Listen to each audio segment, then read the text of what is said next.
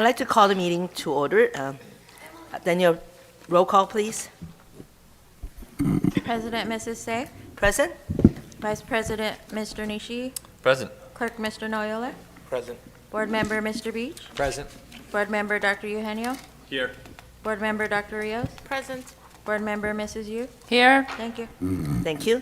This evening, we will be discussing the following item in closed section: public employee discipline, dismissal, release, evaluation, one matter, under Government Code Number 54957. Conference with the labor negotiator, update on negotiation with ABCFT, AFSCME, and CSEA. Under Government Code Number 54957.6. Existing litigation, the board will be going into closed section pursuant to Government Code 54956.9D1 to discuss one matter, Supreme Court cases number 21STCV21402, but has determined that specifically identifying the matter would jeopardize its ability to conclude existing settlement negotiation to this advantage. Anticipate litigation, conference with legal counsel, significant exposure to litigation pursuant Government Code Number 54956.9E1, one matter. Kind of fast, huh? Now, we're going to the public comment. Do we have any public comment related to tonight's closed session? I do not see any. Okay, if now, can we move to closed session? I have a motion and second, please. So moved. Thank you. All in favor, please say aye. Aye. Motion passed 7-0.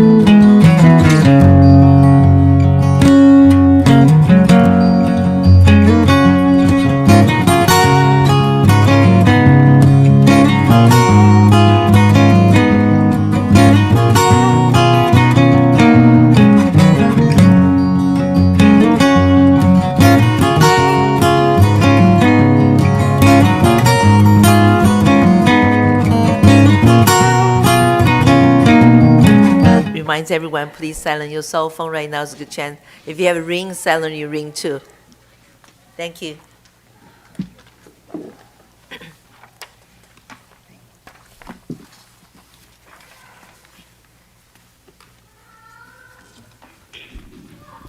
Now, board is back in open section. May I have a motion and a second, please? Second. Thank you. All in favor, please say aye. Aye. The motion passed 7-0. In our closed section tonight, in board discussed, public employee discipline, dismissal, release, evaluation, one matter under government code number 54957. Conference with neighbor negotiator, update on negotiations with ABCFT, AFSCME, and CSEA under government code number 54957.6. Tonight, in closed section, the board approved a settlement agreement of an AB 218 Los Angeles Supreme Court, cases number 21STCV2402, which occurred in 1986, in total amount number $6 million. $2 million will be paid by the district insurance carrier. $4 million will be paid from district unrestricted general fund by the vote of 7-0. Anticipate litigation conference with the legal counsel significant exposure to litigation pursuant to government code number 54956.9 D2E1 one matter. Now I would like to have a Willow Elementary School here to lead us, please. Come in, please. Thank you. Here's our Willow student here.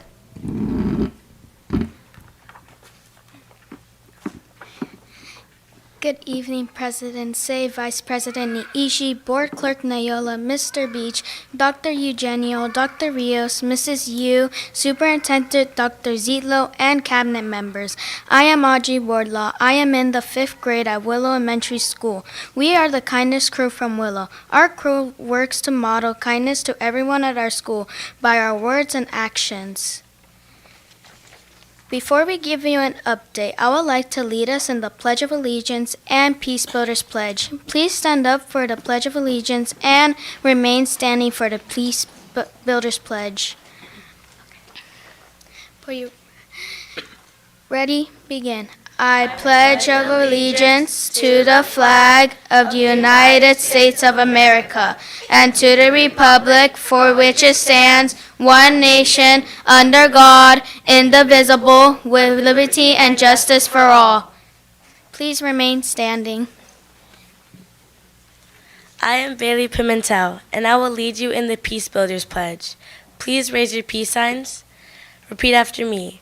I am a peace builder. I am a peace builder. I pledge to praise people. I pledge to praise people. To give up put-downs. To give up put-downs. To seek wise people. To seek wise people. To notice and speak up about the hurts I have caused. To notice and speak up about the hurts I have caused. To right wrongs. To right wrongs. To help people. To help people. I pledge to build peace at home, at school, and in my community each day. I pledge to build peace at home, at school, and in my community each day. Here are some really great things happening at Willow Elementary. Our school is an AVID school. Each day we work on WICR, which stands for Writing and Query, Collaboration, Organization, and Reading. These are skills that will help us become college and career ready. Last year, students and families worked extremely hard to increase school attendance. I have great news. Our school reduced chronic absenteeism from 32% to 15%. That's a reduction of 50%. We have a goal for this year to reduce it by another 5%.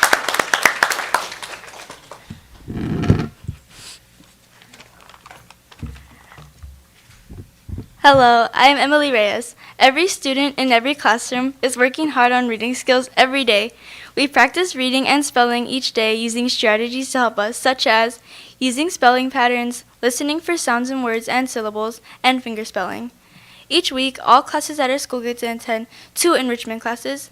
In our VAPA class, we get to work on projects in the visual and performing arts. We work on problem solving using math skills in our STEAM lab.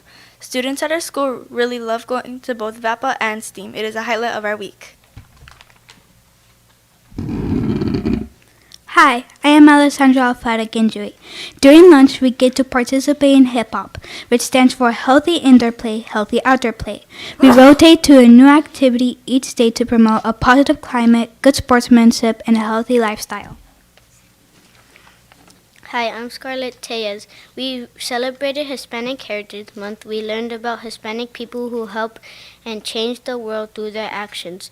We displayed our work in a school museum. Each class visited the museum to see the exhibits. Parents were invited to the museum to see the work the students did too. It was a great month of learning. We look forward to other monthly celebrations and learning about other cultures. Before we close, I'd like to introduce our principal, Ms. Ponce, and assistant principal Johnson. Our kindness school leaders, Ms. Jo and Mrs. Smith. Thank you.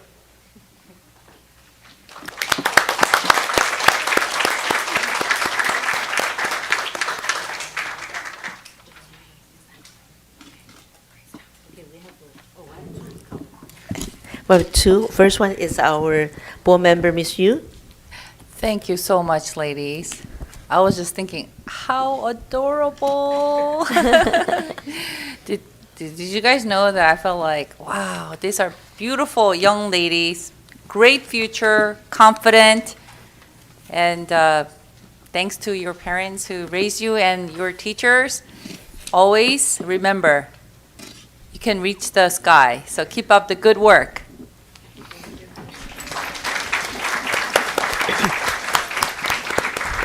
Next one is our board member, Dr. Rios. Thank you. It's always a pleasure to welcome all of our schools, especially for me, our Lakewood schools. So thank you for being here. It was wonderful to hear about your kindness initiative. And I mean, I was just making a list. Good job, Principal Ponce and your staff. Yeah. I can see why Willow has managed to increase their chronic absenteeism. I was there for an event, and it was, got to see very few classrooms, but I got to see a few and got to see all the exciting things that are happening. When you have a school where culture is celebrated, diversity is celebrated, kids want to come to school. AVID program you're getting, our ultimate goal is to prepare you to be people of that can go to college or go to work and be completely ready. So it's really wonderful to hear about your BAPA program, your writing program. So keep up the good work, and always, again, pleasure to welcome you to our boardroom to tell us all about it. Thank you. Thank you, Dr. Rios. I was just wondering, one of the students, the feet was standing like this way. How did you do that? It was so cute. I was keep watching you. I like your shoes, but the way you said, the board, can you recognize that? See how she's standing it? It's so cute. I haven't seen anyone like this. I'm going to practice when I get home. She has the one feet like this, the other way, the other directions like this. Did you try that? Look, you did it. Yeah. It must be hard, but be careful, okay? I don't want to fracture. Just be careful. Yeah. Good job. Thank you very much. Thank you very much. I appreciate it. Look, we have both principal and vice principal, and we have our mental health, and we have a reading specialist here. I want to thank you so much. Stay here with us tonight. I always want to see, is your parents here too? Your parents? Can we have the Willow parents here? Please stand up. Woohoo!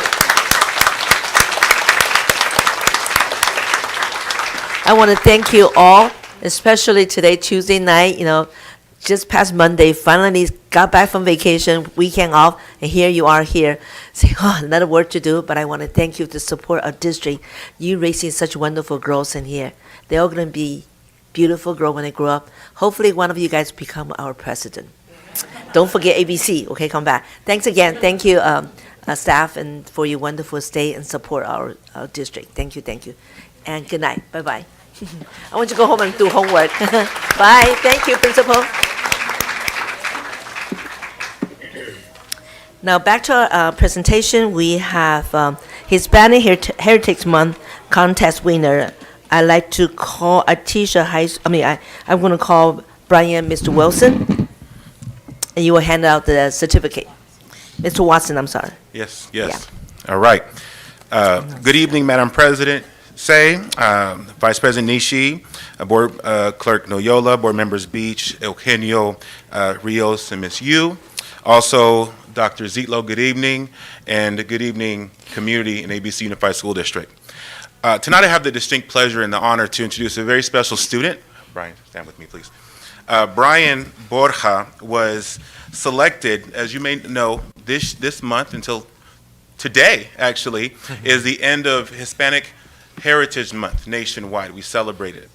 And we had a celebration and also recognition process this year for a Hispanic Heritage Month Visual and Performing Arts Contest.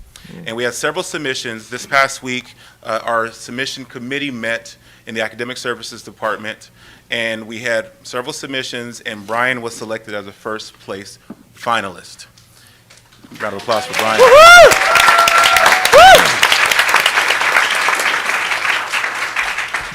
We have a special treat because Brian, his submission was actually a monologue. And we have his parents in the audience, and I will say that we want to honor his parents because his monologue is actually about his father. And the theme for this contest this year, I want to make sure I'm clear, the theme is specifically, here you go, where did I miss it? How has an influential Hispanic inspire you or others to shape a better future?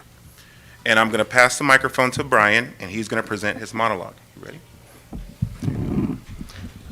First, I would just like to thank you all for this opportunity, and yeah, just thank you all. So I'll begin.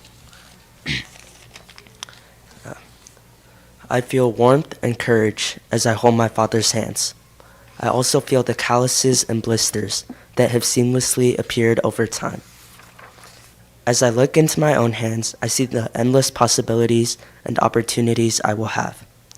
When I look back at his, I see the endless hours he must have worked in the fields, laboring to support us, his family. This acts as a reminder of what he must have needed and what he must have wanted. He must have wanted a helping hand, someone who would encourage him and tell him to not give up. And suddenly, all of this warmth and courage, it acts as a reminder of just how I want to be a good role model and to continue to represent what my father must have wanted. He must have wanted somebody to reassure and encourage others. So, thank you.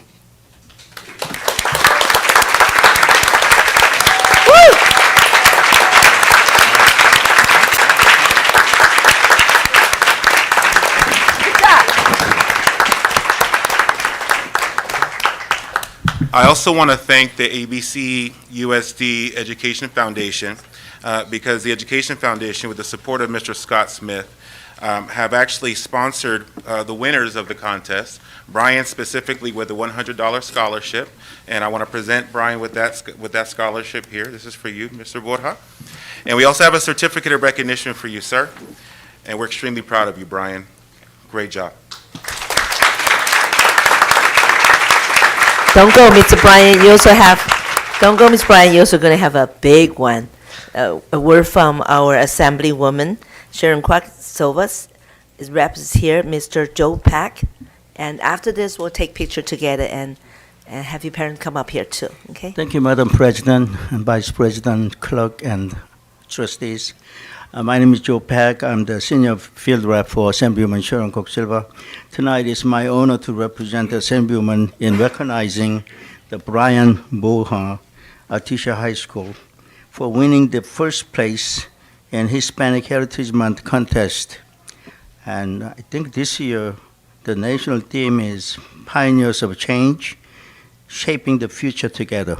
Congratulations, Brian.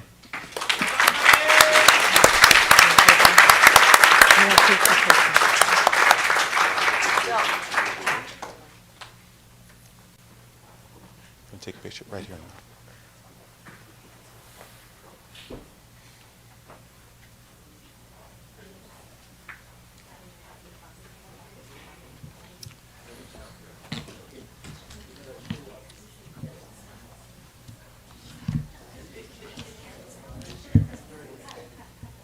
Can we have his parents?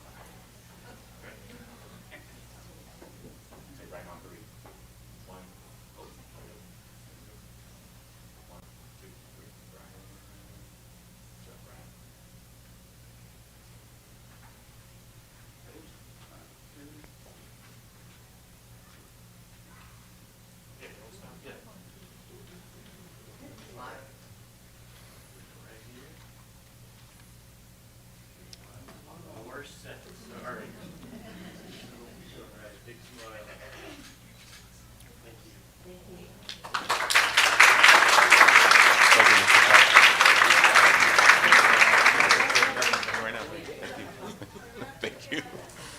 This is for your dad, okay? Good job. Good job. Señora, a usted, señor. A usted, gracias. Come.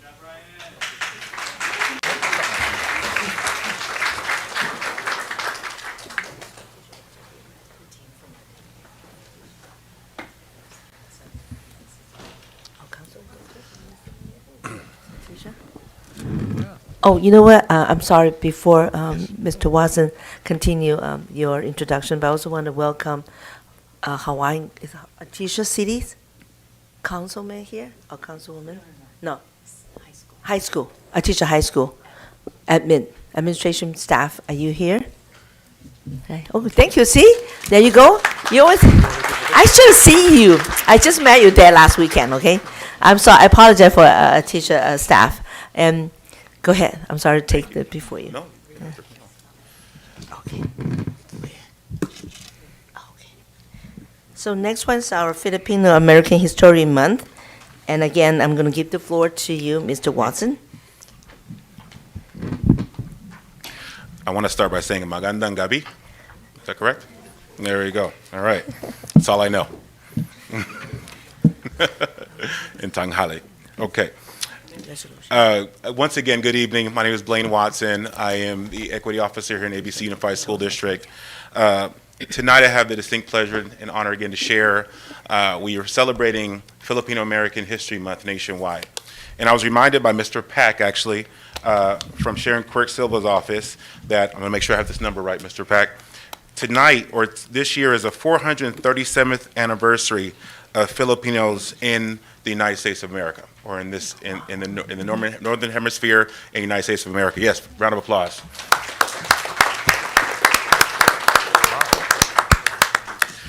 And so tonight we have a very special treat. I've talked last year about the history of Filipino American History Month, but the theme nationwide for Filipino American History Month is struggle, resistance, solidarity, and resilience. And you're going to see examples and hear examples tonight from several of our student leaders from across our high schools who are going to speak to you about this theme. They're also going to speak to you about the different experiences they've had and they've grown through celebrating their culture, celebrating their history. And they're also going to speak to us, and you'll see examples of our ABC Unified School District's vision for student learning, right? Empathetic student leaders, effective communicators, they're all of that and more. And without further ado, I actually would like to present our students. We're going to start off with students from Artesia High School who are going to speak to us specifically about their experience and what this means to them. Okay? So let me go ahead and begin quickly by introducing our students from Artesia High School. Come forward, please.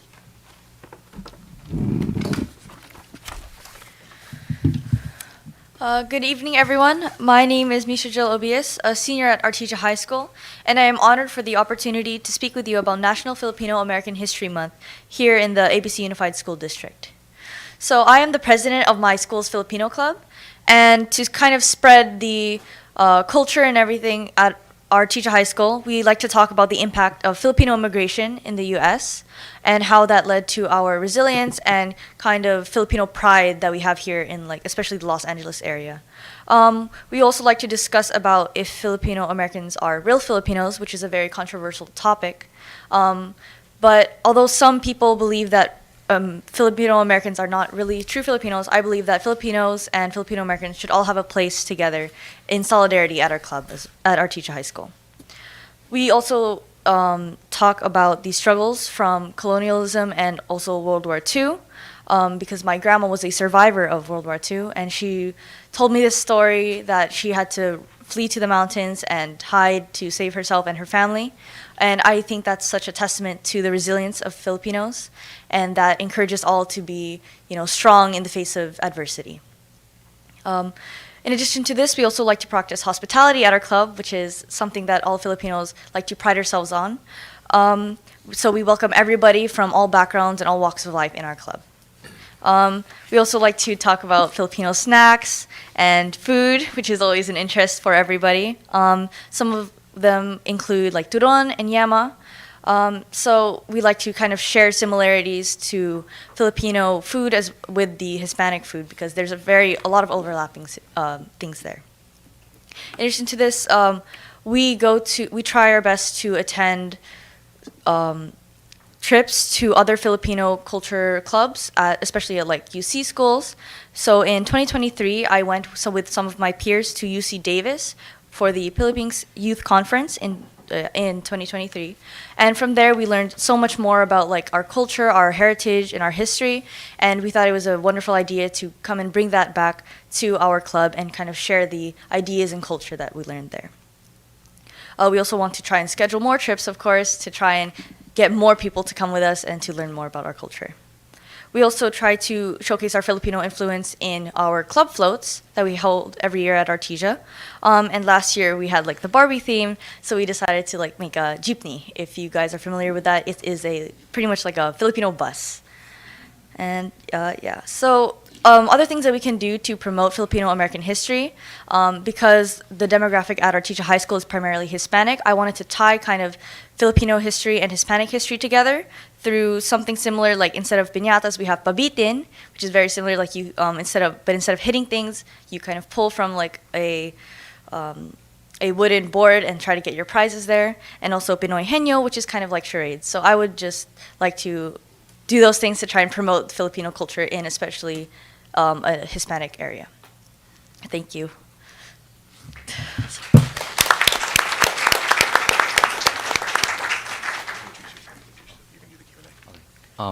I'd like to introduce myself since I didn't have the chance to. My name is Lance Gregorio. I'm the event coordinator of the Artesia Filipino Club. Thank you.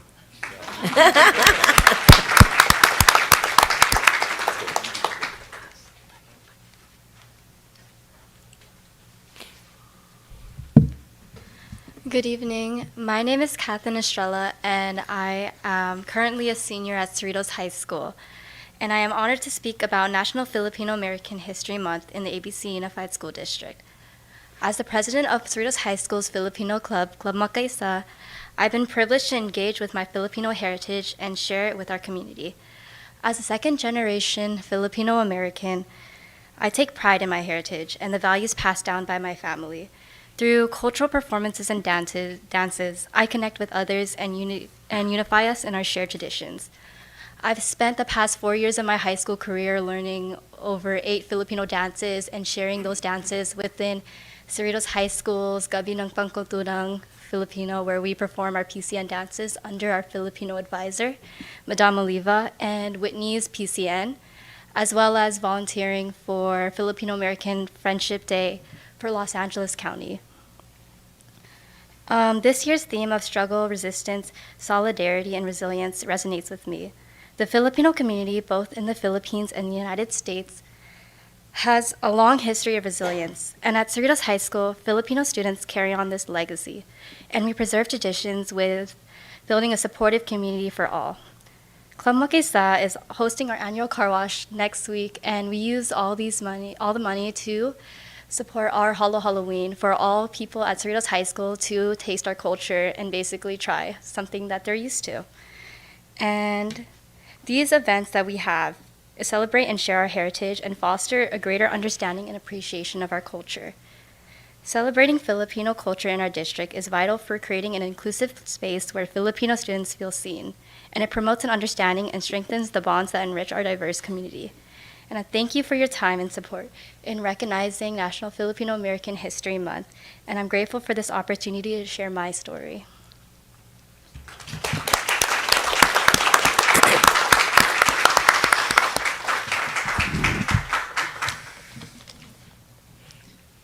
Good evening, everybody. My name is Jaden Torres, and I would just like to say it's a great honor to be able to speak today about how proud I am of being a Filipino American and why it's important for me important for the district to hold space to celebrate my culture.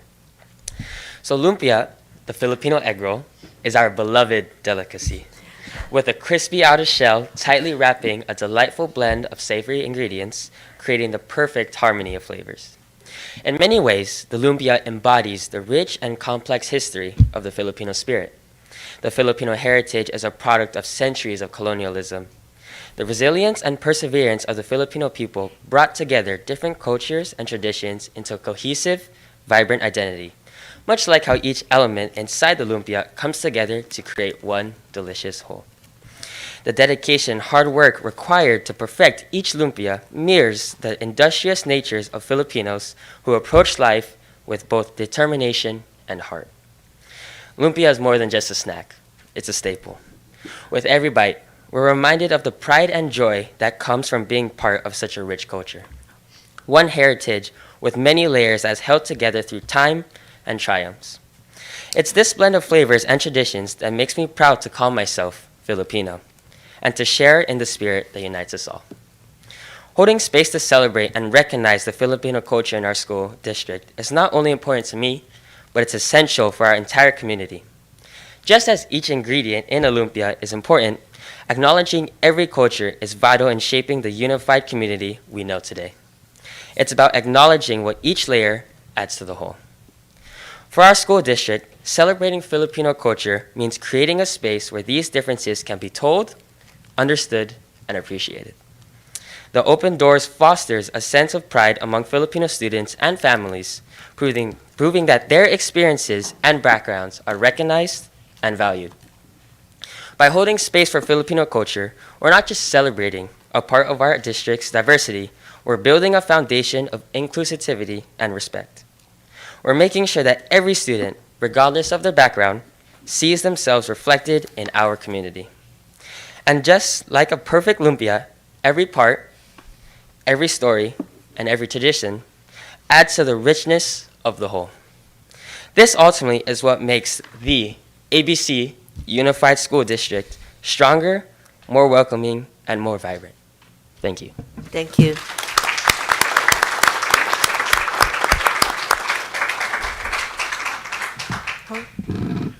Good evening, everyone. My name is Janelle Gustin, a student at Gar High School, and I am beyond ecstatic for the opportunity to speak with you about National Filipino American History Month in the ABC Unified School District and my personal experience being a Filipino American. As we reflect on this year's theme of struggle, resistance, solidarity, resilience, I would like to emphasize how deeply these words resonate within our community, encapsulating the experiences of Filipino Americans like myself, our families, and the broader community. The word struggle, this word to me evokes the challenges our numerous ancestors who sought a better life for their families face. My grandmother immigrated to the United States by herself in the early 70s in search of opportunity and an improved life for her family. She then petitioned for my grandfather, her sister, her 4 children, one of which being my father, and eventually the rest of her siblings to also immigrate to the United States. This was all in efforts for an improved life for her family and to reach her dream.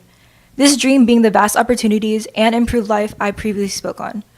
The journey that my family faced, like numerous others, was not easy. It was filled with language barriers, obstacles in housing, financial issues, and the formidable task of starting everything over in an unfamiliar land.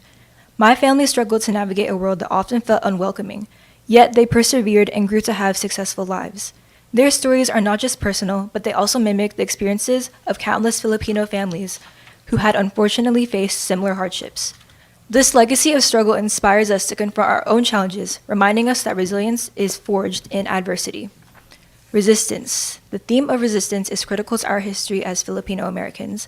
Our ancestors and community members have a rich tradition of standing up against oppression, from the labor struggles of the Delano grape strike in the 1960s, led by courageous leaders like Larry Itleong, who advocated for better wages and working conditions for Filipino and Mexican farm workers, and Philip Vera Cruz, who helped bridge the gap between different ethnic groups within the farm worker community, participating in the organized efforts leading to the success of the Delano grape strike. To contemporary movements advocating for immigrant rights and social justice, we have consistently fought for our rights and dignity. Resistance is not just about opposing injustice, it's about reclaiming our narrative and asserting our identity. It reminds us that our voices matter and that we must continue to advocate for ourselves and others who face discrimination. Solidarity. While reflecting on our struggles and acts of resistance, recognizing the vitality and the importance of solidarity is necessary. Our strength lies in our ability to support one another and in standing united together. I've witnessed this firsthand at my own school, Gar High School, where Filipino and non-Filipino students come together and celebrate our culture and advocate for inclusion. Whether it's performing traditional Filipino dances for our school's Multicultural Week, giving others the opportunity to try our dishes, or simply attending Barkada Club meetings, these events not only educate others about our heritage, but also create a sense of belonging. Solidarity extends beyond our own community, meaning standing with other marginalized groups and understanding that our struggles are interconnected. When we uplift one another, we create a powerful push for change. Lastly, resilience is perhaps the most defining characteristic of the Filipino spirit. It is not just about bouncing back from hardship, but growing stronger through adversity. My family and many others embody this resilience in countless ways. One example being my family's own immigration experience, where they grew and pushed themselves for more as a result of their struggles. Through challenges, be it personal loss, financial struggles, or cultural disconnection, we have learned to adapt, support one another, and find joy in the little things. This resilience is evident in our community as well, from community service initiatives, cultural celebrations, or advocacy efforts. We continuously find ways to uplift each other and honor our shared heritage. As we celebrate Filipino American History Month, let us honor the legacy of struggle, resistance, solidarity, and resilience that shapes our identity. Each and every one of us carries the stories of our ancestors and the weight of their sacrifices. These stories are not just historical, but they are a call to action for the present and the future. We must recognize that our history is a source of our strength and inspiration as we navigate the complexities of our world today. Thank you for your time and for celebrating the vibrant legacy of the Filipino American community. Let us continue to uplift one another and honor our heritage with pride and purpose. Thank you.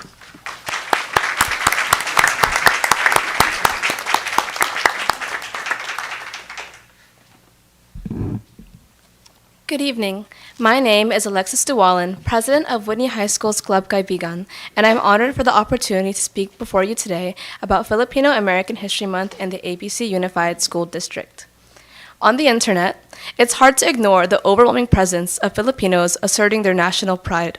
Any video remotely related to the Philippines, whether it be about world history, tourist locations, or even a half Filipino celebrity, proud comments will scream, "Love from the Philippines," and "Proud to be a Pinoy."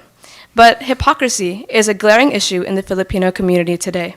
More specifically, the dismissal of the Filipino American identity by native Filipinos. While some of their corrections are warranted, approaching all interactions with us with such hostility harms more than helps. It's a common misconception to native Filipinos that those who have escaped the third world life are automatically in a better place. However, the Filipino American experience has historically had to contend with racism and xenophobia, highlighted in this year's theme for Filipino American History Month. Much like many Filams who are criticized by native Filipinos, my attitude towards work is more westernized, and I can't handle the heat when I visit the Philippines. But everything I am is a reflection of my culture, the food that I eat, the religion that I practice, and the compassionate and empathetic hospital empathy that guides me. My identity is shaped by immigrant parents who rise before the sun and come home late at night from work. Through my involvement at Club Kaibigan's Filipino Cultural Night, or PCNs, I began to feel further connected with my own culture. The event, showcasing the rich Filipino culture through dance, opened my eyes to the beauty and diversity within my own heritage. I participated in dance suites that represented various regions and eras of the Philippines. Each performance was a testament to the intricate cultural web that defines us as a people. One of the most defining moments was singing Lupang Hinirang, our national anthem. Standing on stage, I was surrounded by many who represented the diversity of the Philippines. As we sang, I looked out into the audience and saw proud smiles and heard voice singing back to us. Understanding the meaning and history behind Lupang Hinirang only enriched that moment. Written during the struggle for independence, the anthem is a powerful symbol of the resistance against foreign rule and the enduring quest for freedom. These same values can be applied to the struggles of Filipino Americans. Just as our ancestors fought for freedom, Filams continue to fight against racism and the challenge of maintaining our cultural identity in a foreign land. Having a platform to interact with Filipino students my age and celebrate my culture across the district has taught me the importance of bayanihan, the spirit of communal unity, and kapwa, the concept of shared identity and empathy. By embracing a unified Filipino culture, we acknowledge the richness of our past and the strength of our community today, ensuring that our culture remains vibrant and relevant in this ever-changing world. We must honor our history and celebrate our diverse culture and make strides to bridge the gap between Philams and Native Filipinos. Thank you.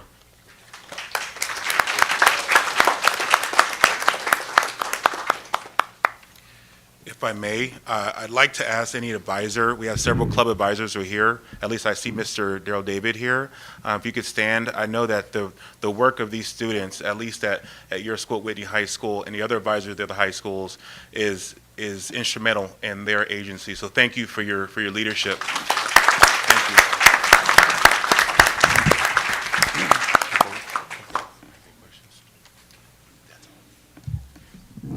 Thank you. Hello, I'll be answering any Q&A that you may have.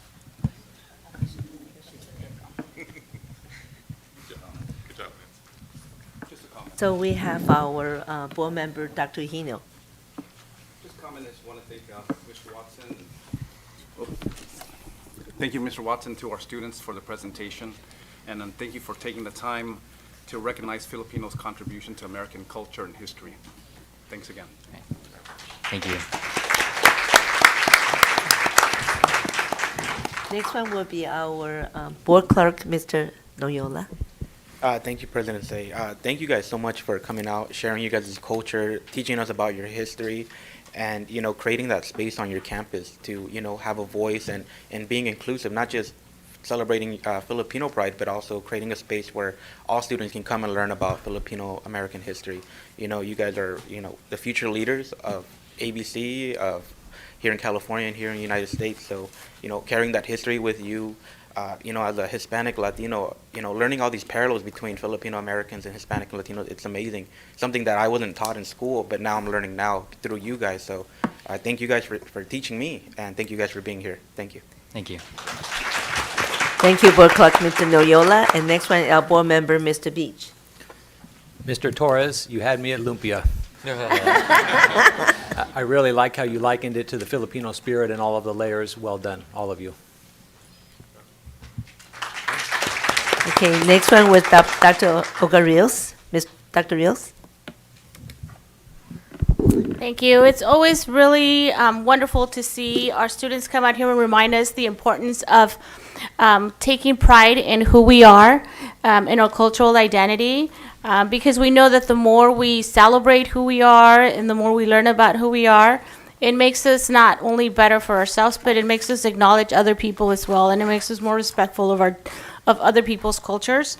I especially want to thank you for highlighting the fact that, yes, we may be different, but there are incredible similarities in all our ethnic groups that we celebrate in ABC. I mean, one of the things that caught my attention always was the language. A lot of words in that, is it Tagalog?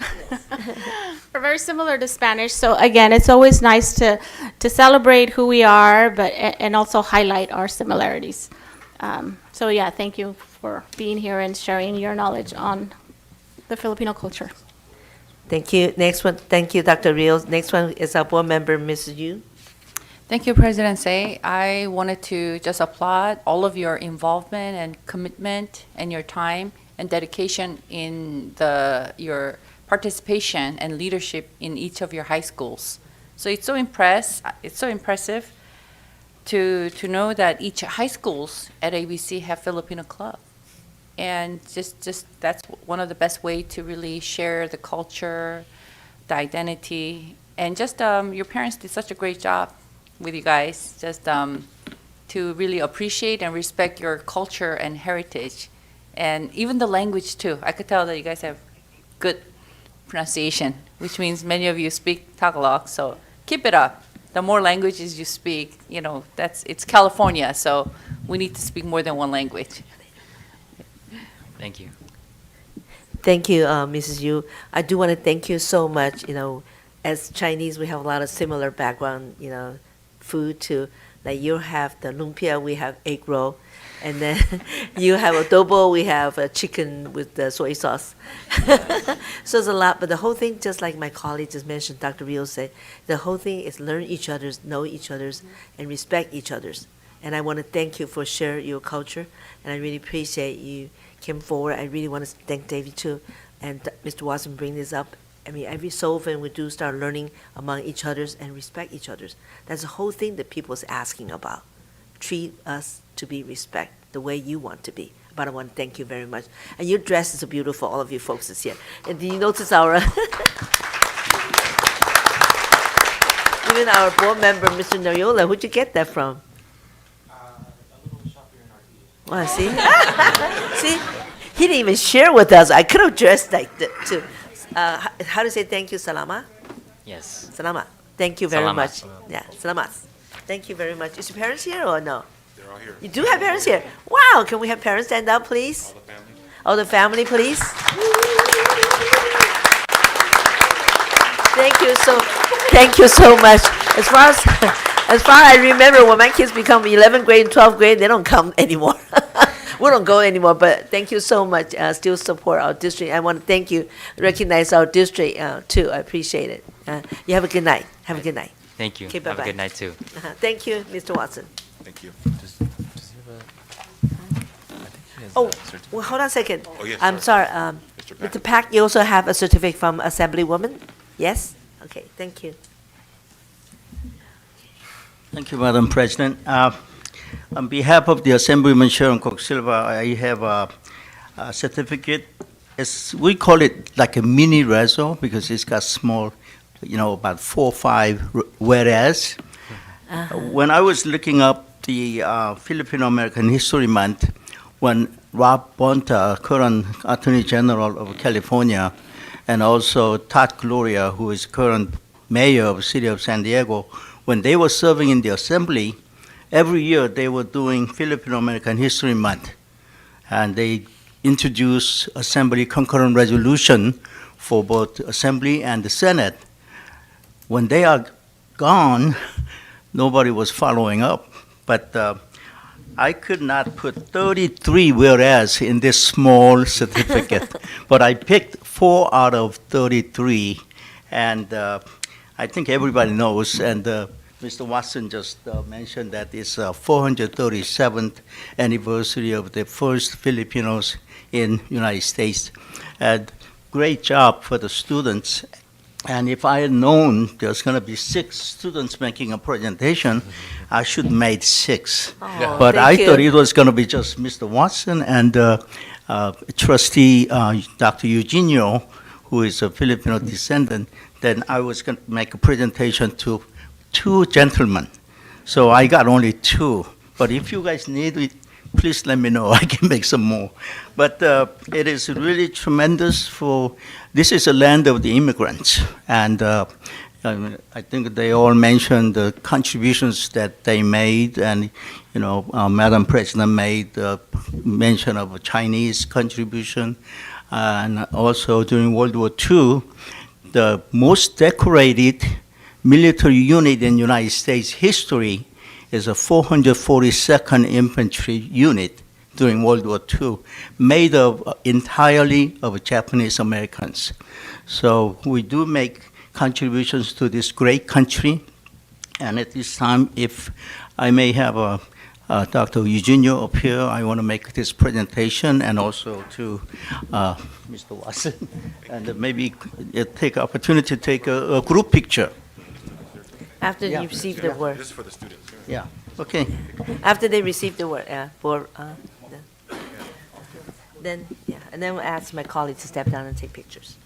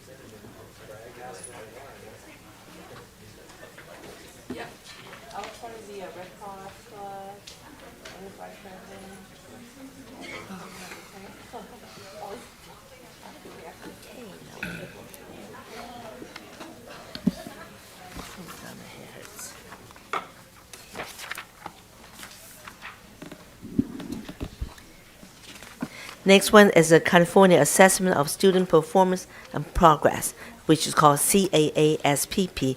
Dr. Castro, please. Thank you. Good evening to our distinguished board.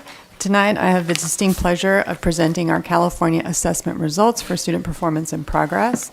Today is actually the official release date from the state. However, you must know that since even as early as 2 weeks after testing, we have been furiously studying our data, and it was finally completed in public just this week. And we did receive some updates. So that is what I'm going to present to you today, is some of that data. Unfortunately, I don't have something as exciting as students to present, but I do have some principals with me today that we will be calling up to the podium in a little bit as the screen comes down. So today, as I have in the past, as I explained, we're providing an overview. We also want to acknowledge schools that have shown growth in multiple areas as a result of those CASP assessments. And then we're going to start to look at our focus areas for ABC Unified as we've been completing our data analysis, as I said, as early as June of this last year. One of the shifts that have recently happened with understanding the score results is that the Smarter Balance Consortium, which is the assessment system that runs our CASP system, that is a national consortium, and they have put out guidance to all the states in regards to grade level proficiency.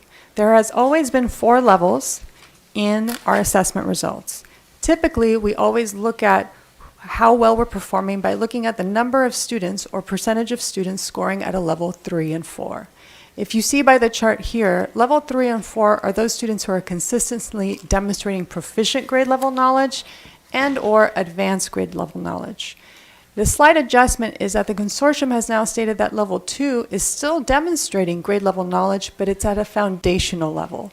So the range is a little less complex, but they are still considered grade level. Whereas level 1, they don't consistently demonstrate that grade level knowledge and skill, and so that's really the level that we want to provide some more intensive supports.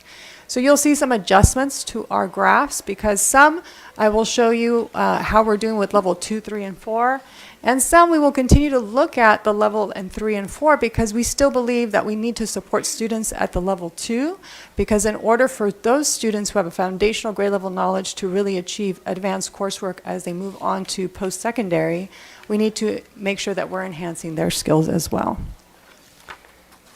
Of course, we have our 2 main initiatives for English Language Arts and Math, which are our STEPS initiative, where we're building vertical alignment of our math program between elementary, middle, and high school.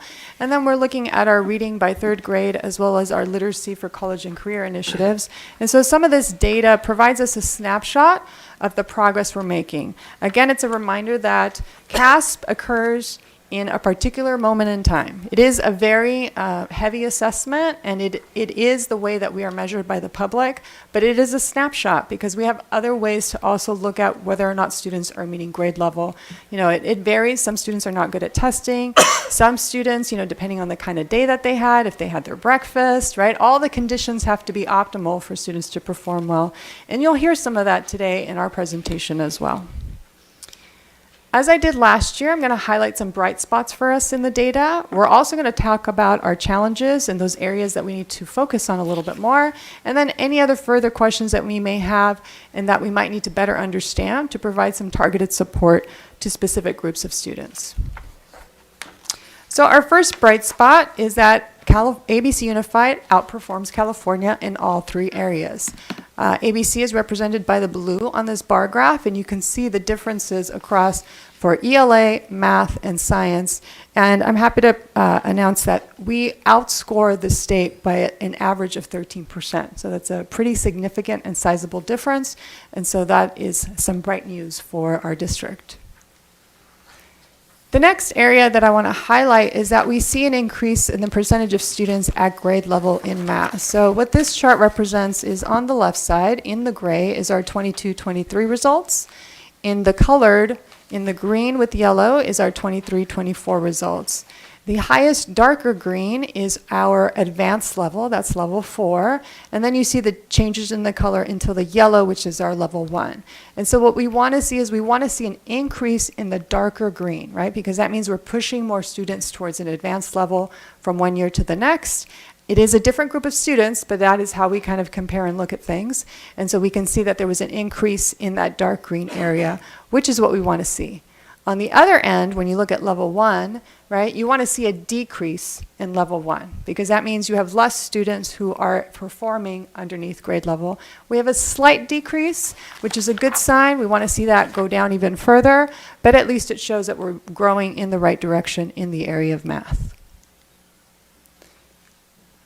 I don't know if you recall, but last year we talked about some specific grade levels that we were concerned with, particularly 5th, 6th, and 8th grade. When we looked at the mid-year assessments, I shared with you that these grade levels seem to have some traditional areas that they struggled with over the course of the last 5 years. And so we had redesigned some of our systems to provide even more intensive supports, either through professional learning, curriculum, summer programming, after-school tutoring, etc. Although we provide that at all grade levels, we provided a more intensive support at those grade levels, which is 5th, 6th, and 8th. And as you can see from the results here, it shows, right? You see the differences of increase in 5th, 6th, and 8th grade, where traditionally those grade levels have decreased over time. We were able to break that and actually show increases this year. And then even better news that we have is that we show an increase in the percentage of students advanced in science. So if you look at the gray bar, again, gray represents our prior year scores. The most advanced level was 17%, but the dark orange represents this year's area in science, and that's jumped up to almost 28%. So we've increased the number of advanced students in science by 10.6%. And as you are aware, science is that standard, as I am biased, as I'm a former science teacher, right, that you combine all the skills. You combine the math and you combine the English. So it's a huge achievement for our students and our staff that we see that big increase of almost 11% from one year to the next in the advanced level. Now, when we look at our subgroups, our groups that traditionally we look at for our LCAP scores, we see that there's some consistent growth for a few of our groups, and that is particularly for our low-income students and our students with disabilities. So the blue represents ELA, green is for math, and orange is for science. And you can see compared to last year, there is, you can see by the increase from last year to this year that there's consistent increases across the board in all those subject areas for those two student groups. Taking a closer look at that same data for low-income students in math, again, remember we want to see the dark green getting bigger. So we do see that 18% from the prior year to 20.65%. And then we want to see the the yellow getting smaller, and that's what we see here, 35 to 33%. So those are some good numbers that are showing us we're doing things in the right direction for that group of students. And so we want to take a closer look at what are the things that are working for our students in this area. Now, we do want to celebrate some of our schools. You know, traditionally we celebrate schools that are National Blue Ribbon, they achieve a certain standard, but I think it's important to acknowledge schools that show growth in multiple areas. So the following schools the principals are here with some of their staff to present on the work that they've been doing at their school sites because they have grown in all three areas. They grew in English, math, and science, which is difficult. Sometimes at a school you'll increase in one area but not the other, and so it's a constant struggle of trying to figure out what to support students. So I'd like to call up right now our principals from these schools, which is Hawaiian Elementary School, Whitman Elementary School, Tesloff Middle School, and Gar High School.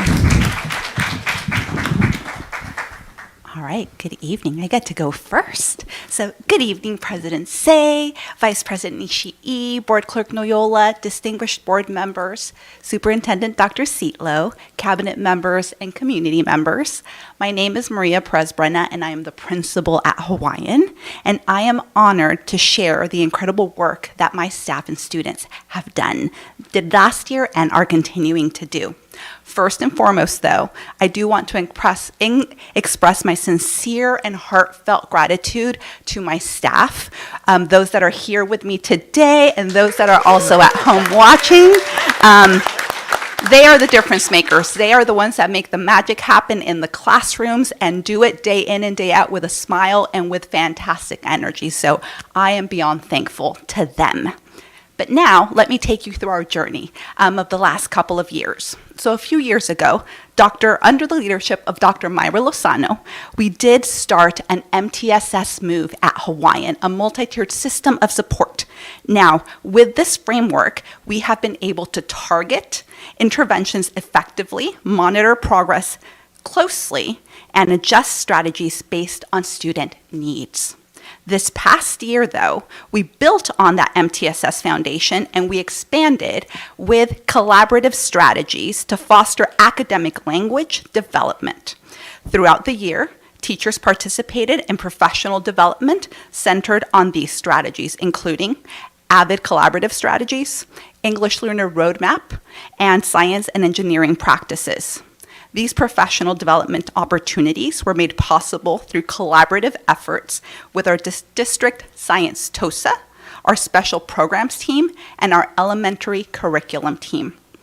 In the classroom, students engage in structured peer discussions, group projects, and hands-on activities, all designed to encourage the use of academic language in meaningful ways. This approach not only increases student engagement, but also strengthens understanding as students clarify their thinking, explain their ideas, and practice communication skills through collaboration. Collaboration extends beyond the classroom and into our staff routines by intentionally utilizing MTSS practices. We begin every year with cumulative reviews where teachers and support staff analyze student records to prepare strategically for the year. Monthly data chats bring grade level teams and intervention staff together to review student progress and refine interventions. Weekly grade level collaboration meetings allow teachers to align instructional practices, and our weekly staff meetings give us a space to engage in professional development and collaborate in the alignment of site initiatives. To take a page from Sesame Street, the word of the year was collaboration. Collaboration within the classroom for our students, with our staff, with our district teams, and with our families made it possible for us to grow in English language arts, in mathematics, and in science. We hope that these initiatives continue to bear fruit in our students, and we thank you for your support. Thank you, Ms. Perez-Brenna. And I just want to point out their increased percentage of science by 17%. So that really should be acknowledged and recognized. So thank you. Mr. Marco? Hello, thank you for having me tonight. I'd first like to acknowledge my staff who are here, Ms. Jackie Pillager and Ms. Carol Lords, both from Whitman. Oh, there's Ms. Neves, Ms. Strong, hello, and her daughter Fiona. A student at our school as well. So at Whitman Elementary School, you're going to hear a lot of similar things to what Ms. Brenna Perez mentioned. A big piece of what we do, and I think a lot of the reason for our growth, happened to do with collaboration. And when I say collaboration, I mean that time for teachers not only to meet on a weekly basis and have that time, that structured time where they can meet and discuss and decide how they can help students who are struggling, but also time when they met as a staff and met vertically. As you heard a little while ago, Dr. Castro mentioned that STEPS method. Well, we do the same thing at our school all the way TK through 6th grade, where our teachers are able to meet with each other and discuss best practices and then implement those practices. Ultimately, what we ended up doing was a lot of small group instruction inside of the classroom with our teachers using flexible groups, but also addressing students who had needs immediately and using that data and using that time to talk to each other. Ultimately, you know, we had very much a vision moving forward for this year. And that vision from last year to the year forward was we saw that there were some gaps, especially in mathematics and especially with our subgroups. And we were very intentional and very transparent about addressing those needs. So that was kind of our goal for going up about 6 percentage points. We were very happy with it. But in addition to all of that, yes, we can do a lot in the classroom, but I also want to thank you, and I want to thank a lot of our district staff. You know, every year you approve our site plans. our site plans are built around helping our students, and you are a big component of that. And for us to be able to fund the opportunity to pull students in, or push and support, or have students after school. Dr. Huz here, Dr. Bob Wenner here, and that's a big part of having tutoring for our students after school. So that is all a part. I guess we're one gigantic team at the end of the day, but I think that was a main component of our success for this year. Thank you. Thank you, Mr. Marco. And Dr. Josie Summers from Tesloff Middle School. Good evening. I'm happy and pleased to report that last year, our site leadership approached our administration as we reflected on our CASP performance and discussed some of the plateauing and some of the areas of growth and the areas of areas that we were excelling in with relation to our CASP scores. Our site leadership approached us with the idea of collaboration and what best serves our students.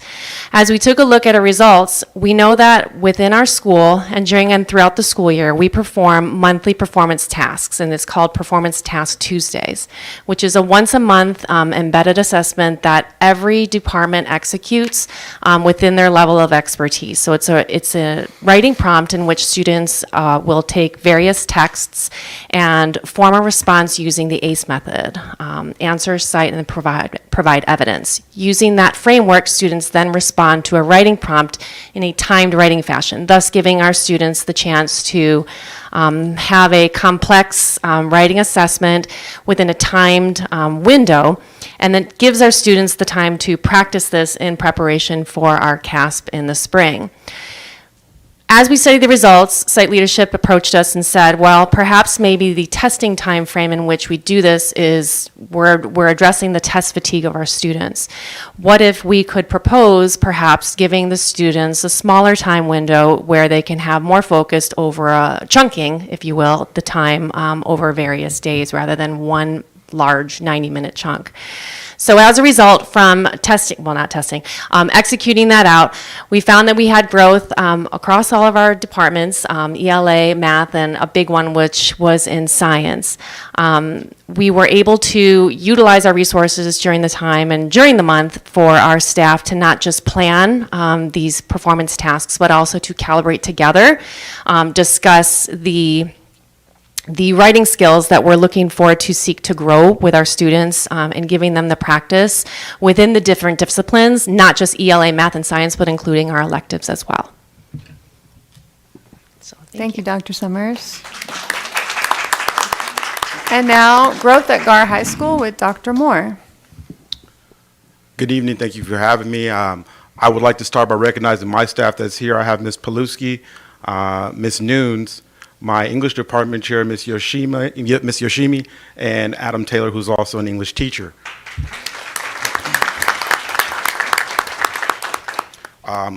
Pleasantly, we did make growth in all three areas, but I'm here to highlight what we did in the English language arts category on our CASP results. There was growth by over 5%, and we're proud to recognize that we feel like this was a direct result of our writing center. Our writing center is available on Tuesdays and Thursdays after school.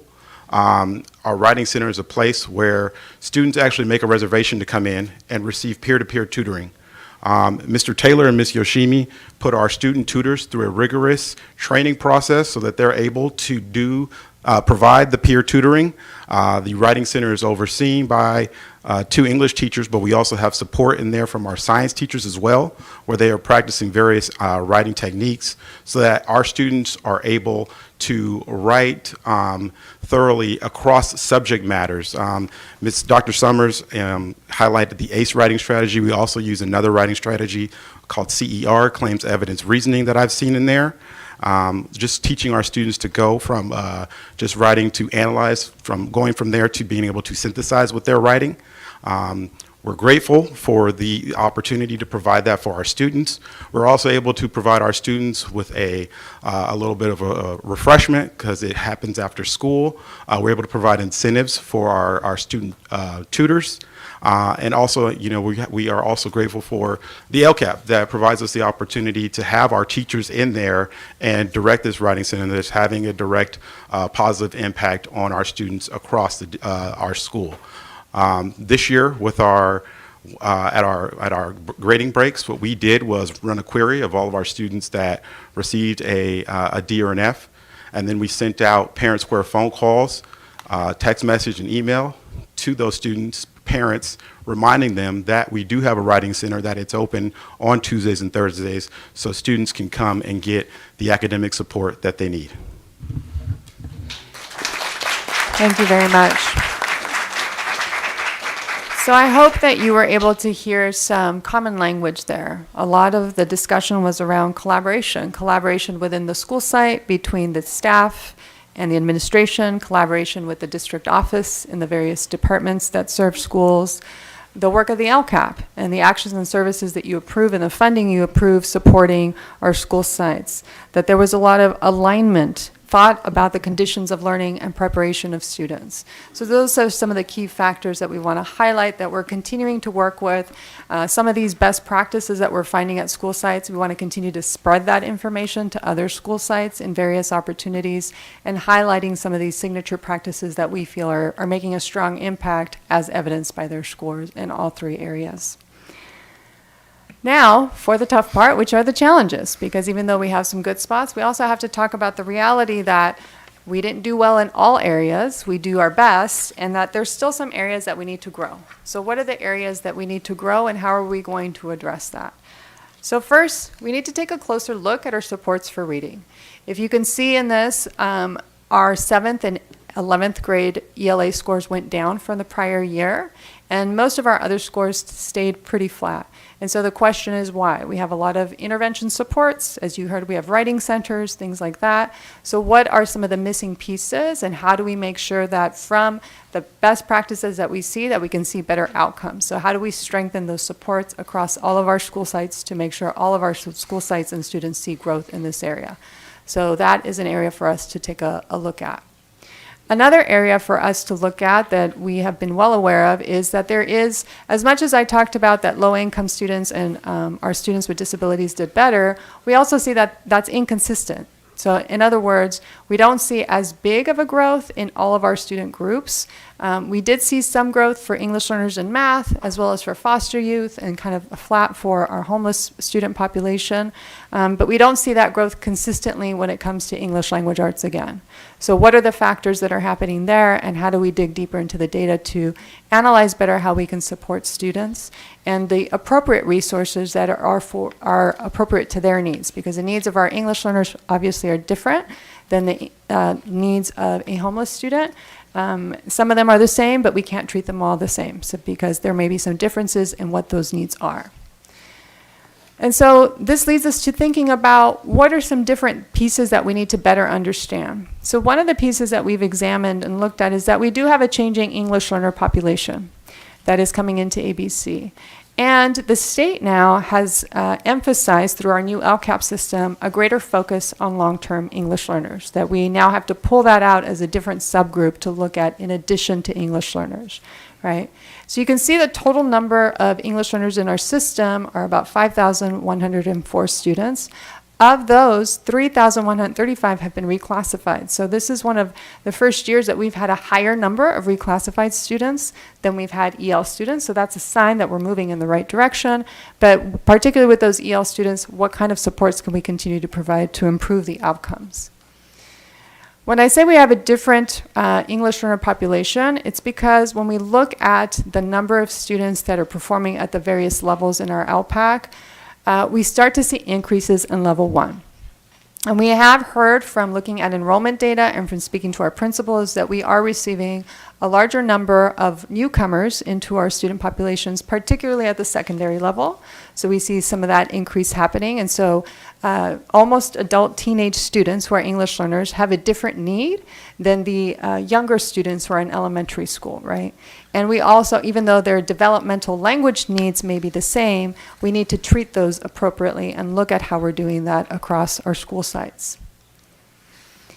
Reclassification rates peaked in 2023. Why this is important for you to know. So a couple of factors are affecting this. One is, yes, in 22-23 we had the highest reclassification rates that we've had over the course of the last 5 to 6 years.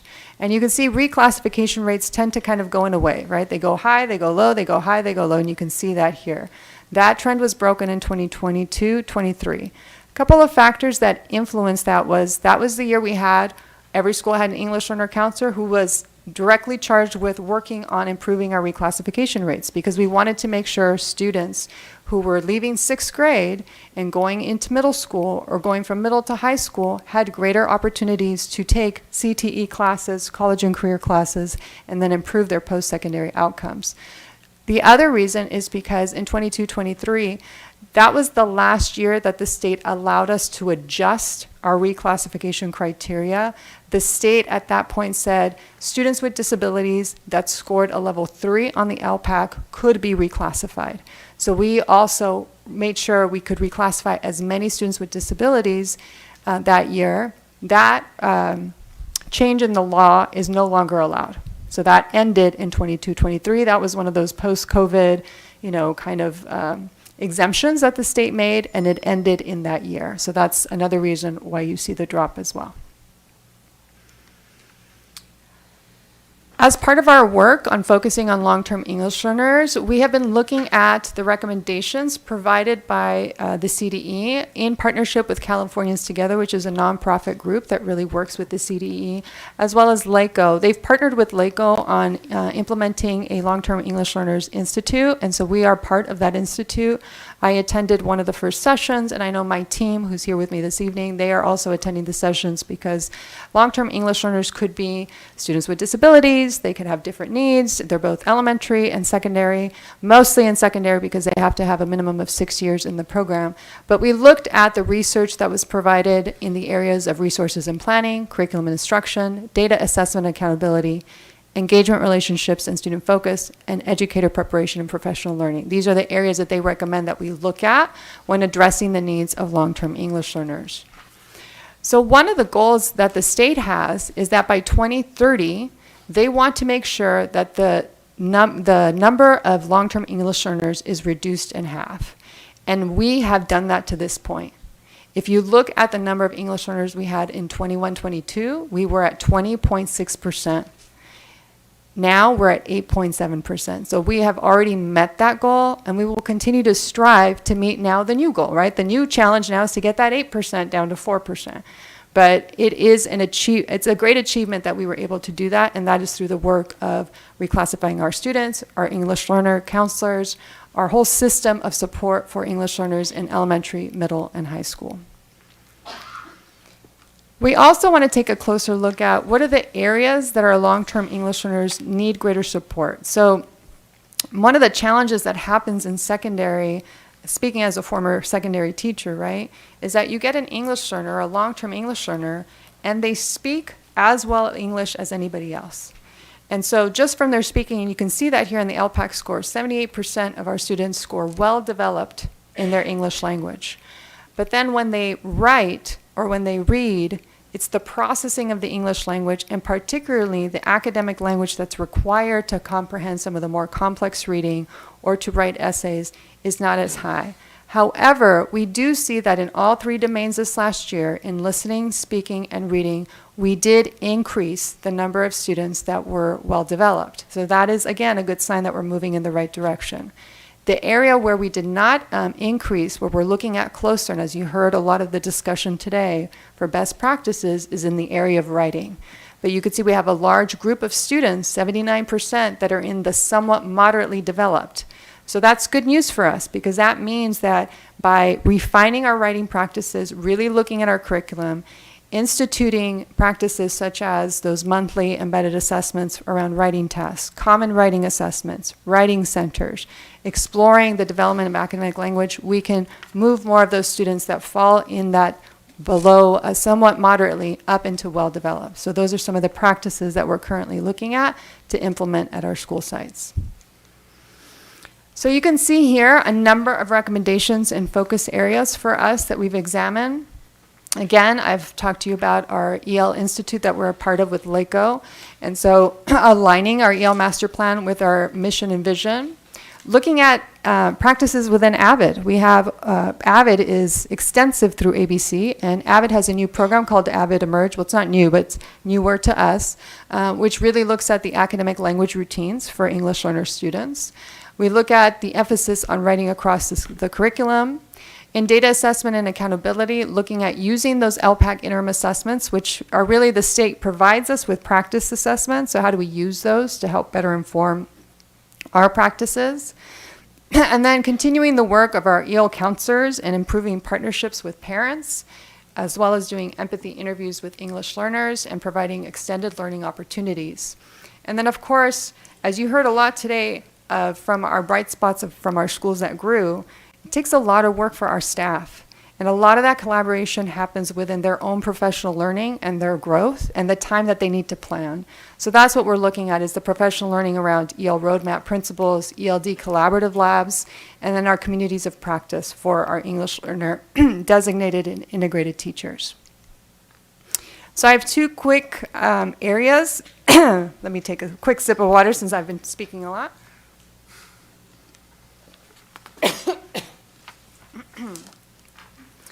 So some intentional focus and alignment is that we have a new program for Saturday school called our Amplify ABC Language Lab. This is to help accelerate our multilingual proficiency and literacy for our youth in ABC. It's going to focus on supports for long-term and at-risk long-term English learners, 5th through 8th grade. They are going to occur Saturday sessions between November and February at 2 middle school locations. And since we've seen success in the areas of STEM, we're going to have a STEAM focus as part of the programming for this, with a culminating field trip in March. So this is due to the funds that you have provided through our LCAP, is a new program that we're going to roll out this school year for our long-term English learners. We spoke about the intentional focus and alignment around professional learning. You heard about our summer professional learning that was well attended by our teachers. And so we are going to have a winter professional learning now. It was formerly known as our EdTech Symposium, but the reality of education today is that you cannot separate the technology out from the curriculum and the learning in the classroom. So we've combined the two together in our Ignite EdTech Symposium, which is occurring Saturday, January 25th. And it's going to be a Saturday event from 8 to 3 p.m. We are looking at providing a strand specific to the needs of English learners, where we can look at improved data systems, lessons for those needs, and resources and supports for students. And all of this hard work really begins with the partnerships with our school sites, but I want to acknowledge my team behind me that is here this evening, and that is our directors. Our directors are part of all of this: Dr. Christine Balbuena, Dr. Evelyn Ha, Dr. Soko Verduzco, Dr. Greg Francois, and Mr. Mike Lawrence. Dr. Rochelle Chavez is also part of this work, but she could not be here this evening. So again, a big heartfelt thank you to my team for their hard work in putting these specialized events and continuing to support our school sites. And with that, I will take any questions that you have.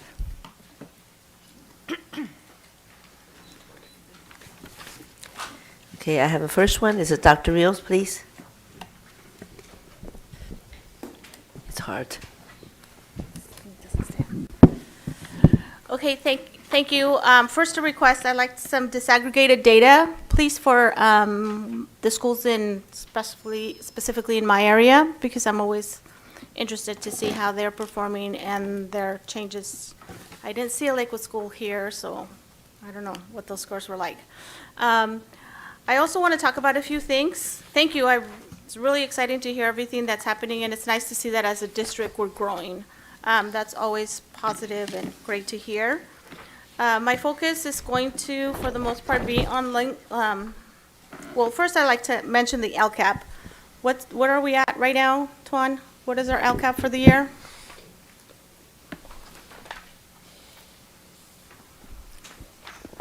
Roughly $27 million. So $27 million is given to our district to improve outcomes, right? Because that is the goal, is to improve outcomes and close those achievement gaps for specific groups: English learners, low income, foster, and homeless. And it's always kind of disappointing to see that, we're not seeing the kind of growth that you would think $27 million could bring about. I know we have a lot of programs in place. I like that we're looking at programming, and I like us to focus on things that are giving us improving outcomes. You know, I love that we heard about GAR's Writing Center. I like that I heard about the Saturday program. I was kind of concerned, though, if we've identified that one of the gaps in our long-term English learners is reading, but yet the focus in STEAM. Yeah, I guess that's kind of a question. Yes. So thank you for that question. And honestly, again, when we look at the standards and the type of writing and reading that's required on the LPAC, it is heavily based on content areas. So they have to be able to read complex text. And when you look at the LPAC assessments, and that's what we've studied, a lot of those questions are based on science text or history text. And so they have to take science information, process it, read it, and be able to answer questions as they would in a science classroom, and do the same with writing. So that is why we went with the STEAM approach. It's also a very engaging approach for students because it doesn't just build one specific skill, it builds multiple skills. It builds their math, their English language arts, bringing it together in a STEAM experiencing. It's engaging and hands-on. And as we've been looking at our multi-tier systems support and adding more UDL type universal design for learning for our students, we're looking at areas where they can have multiple approaches and project-based learning so that the learning is not just they only learn it the one day and the 5 Saturdays and that's it. It continues to grow with them and it can be applied past the time of the program. Okay, thank you. Couple of things about long-term English learners, right? I think when I became a teacher, the first thing that caught my attention was they gave me a class of English learners, and I think I started to talk to them in Spanish, and half of them didn't know what I was saying. Because, you know, sometimes English learners in our schools are students who don't speak a second language. Somehow they were labeled as English learners and are English only speaking students. So we know that there's a huge academic gap. And so I'd really like our focus to be on closing those academic gaps. You know, I was excited to see Hawaiian here. I went to Hawaiian. I probably had every risk factor possible and was very similar to the students that are at Hawaiian today. Was an English learner. I had come to the country in 4th grade. And so I know that there's that potential because look at where I am today, right? And so it really pains me to think that, you know, we think that there are students in some of our lower income schools that are limited because of their language or because of their economic status or whatever, and that's not the case. They have needs, and that's why those $27 million are given to us so that we can help provide the support these students need to work to their full potential and to, you know, our test scores, everything, no, but to me, they tell me that they can read and write and that they can do math and that at some point when they grow up, they're gonna be able to handle the demands of work or college. And so closing those gaps is honestly why I'm on this board, is to try to do what I can to remind us that we have a responsibility to all of our students. And here's the state giving us added funds, I like to think a lot of money, to help with that, so that we're not, you know, trying to scramble figuring out how we're gonna do it. It's important to talk to our staff and figure out what those needs are. It sounds like a lot of efforts are being devoted to staff development because it takes everybody. I like those conversations to continue with our staff, with our teachers, with our principals, because I know they're working super hard. But obviously we still have a gap, so there's more to be done. And I like to think that, you know, as a team we can figure that out sooner rather than later. I like, you know, I've heard about the EL counselors, and I'm glad that they're there, but I think we keep talking about there's still an academic gap. And so I like to see efforts, you know, maybe we replicate the Writing Center at GAR in our elementary because, you know, we've talked about the power of tutoring. And it sounds like their students have access to one-on-one tutoring, which again goes a long way. You know, 1 hour of tutoring can close almost an entire year's gap. I think the research says in a few months or something. It's very powerful. So there are answers. Anyway, that's it. Thank you. Thank you, Dr. Rios. Next one will be our Vice President, Mr. Nishii. Thank you, Madam President. So I just wanted to thank Dr.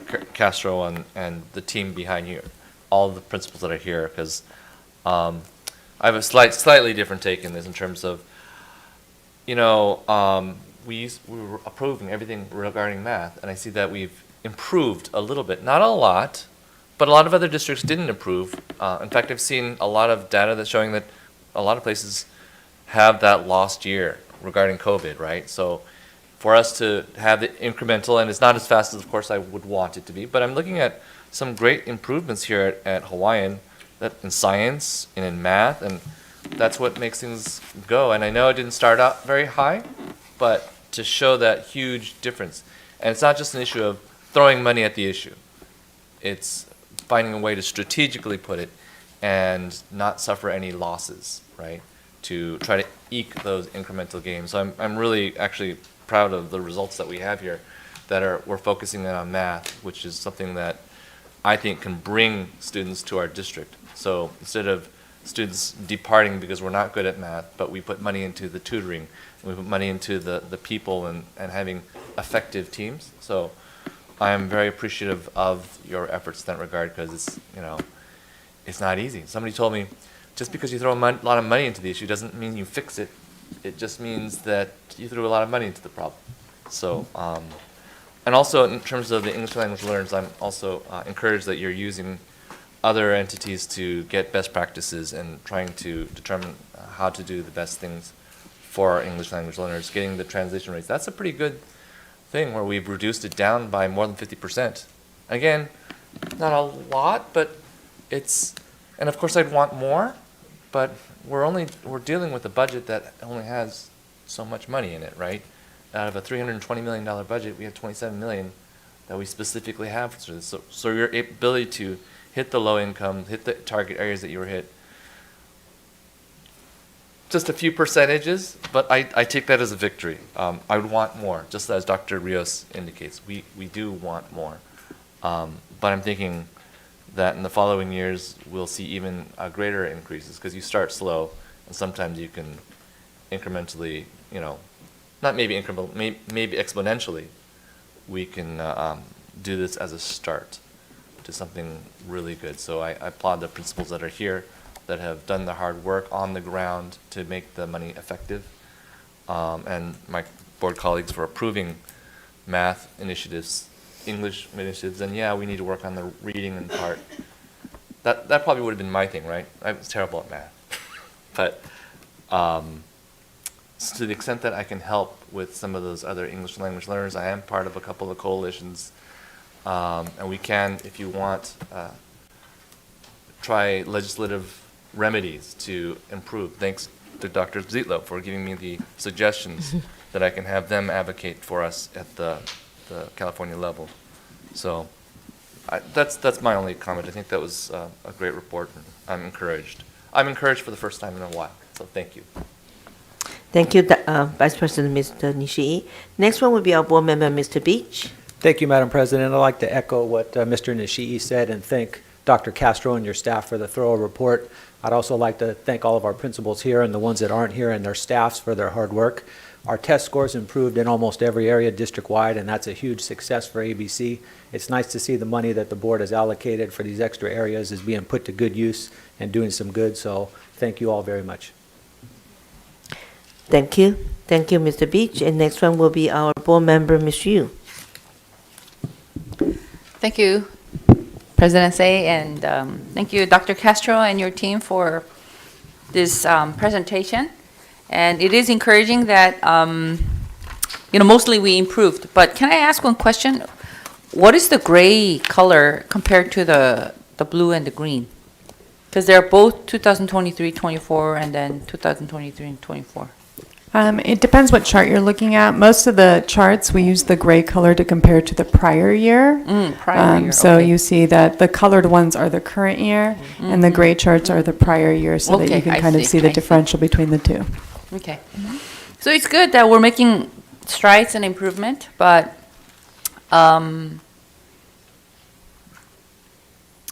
especially some of the schools, the chart is up there, but it's only like, for example, like Hawaiian is at 29%, so there's still a lot of work that needs to be done.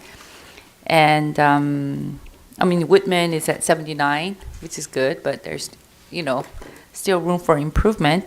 And I'd like to recommend bringing in sometimes, competition, competitive program just to encourage the math, be creative, like math Olympiad, kangaroo math, and all kinds of, outside sources. Sometimes it's good to have some competition, not just the current program, just to be strategic and utilize the fund, and to kind of invest in different type of program, tutoring. And I know we already do have tutoring.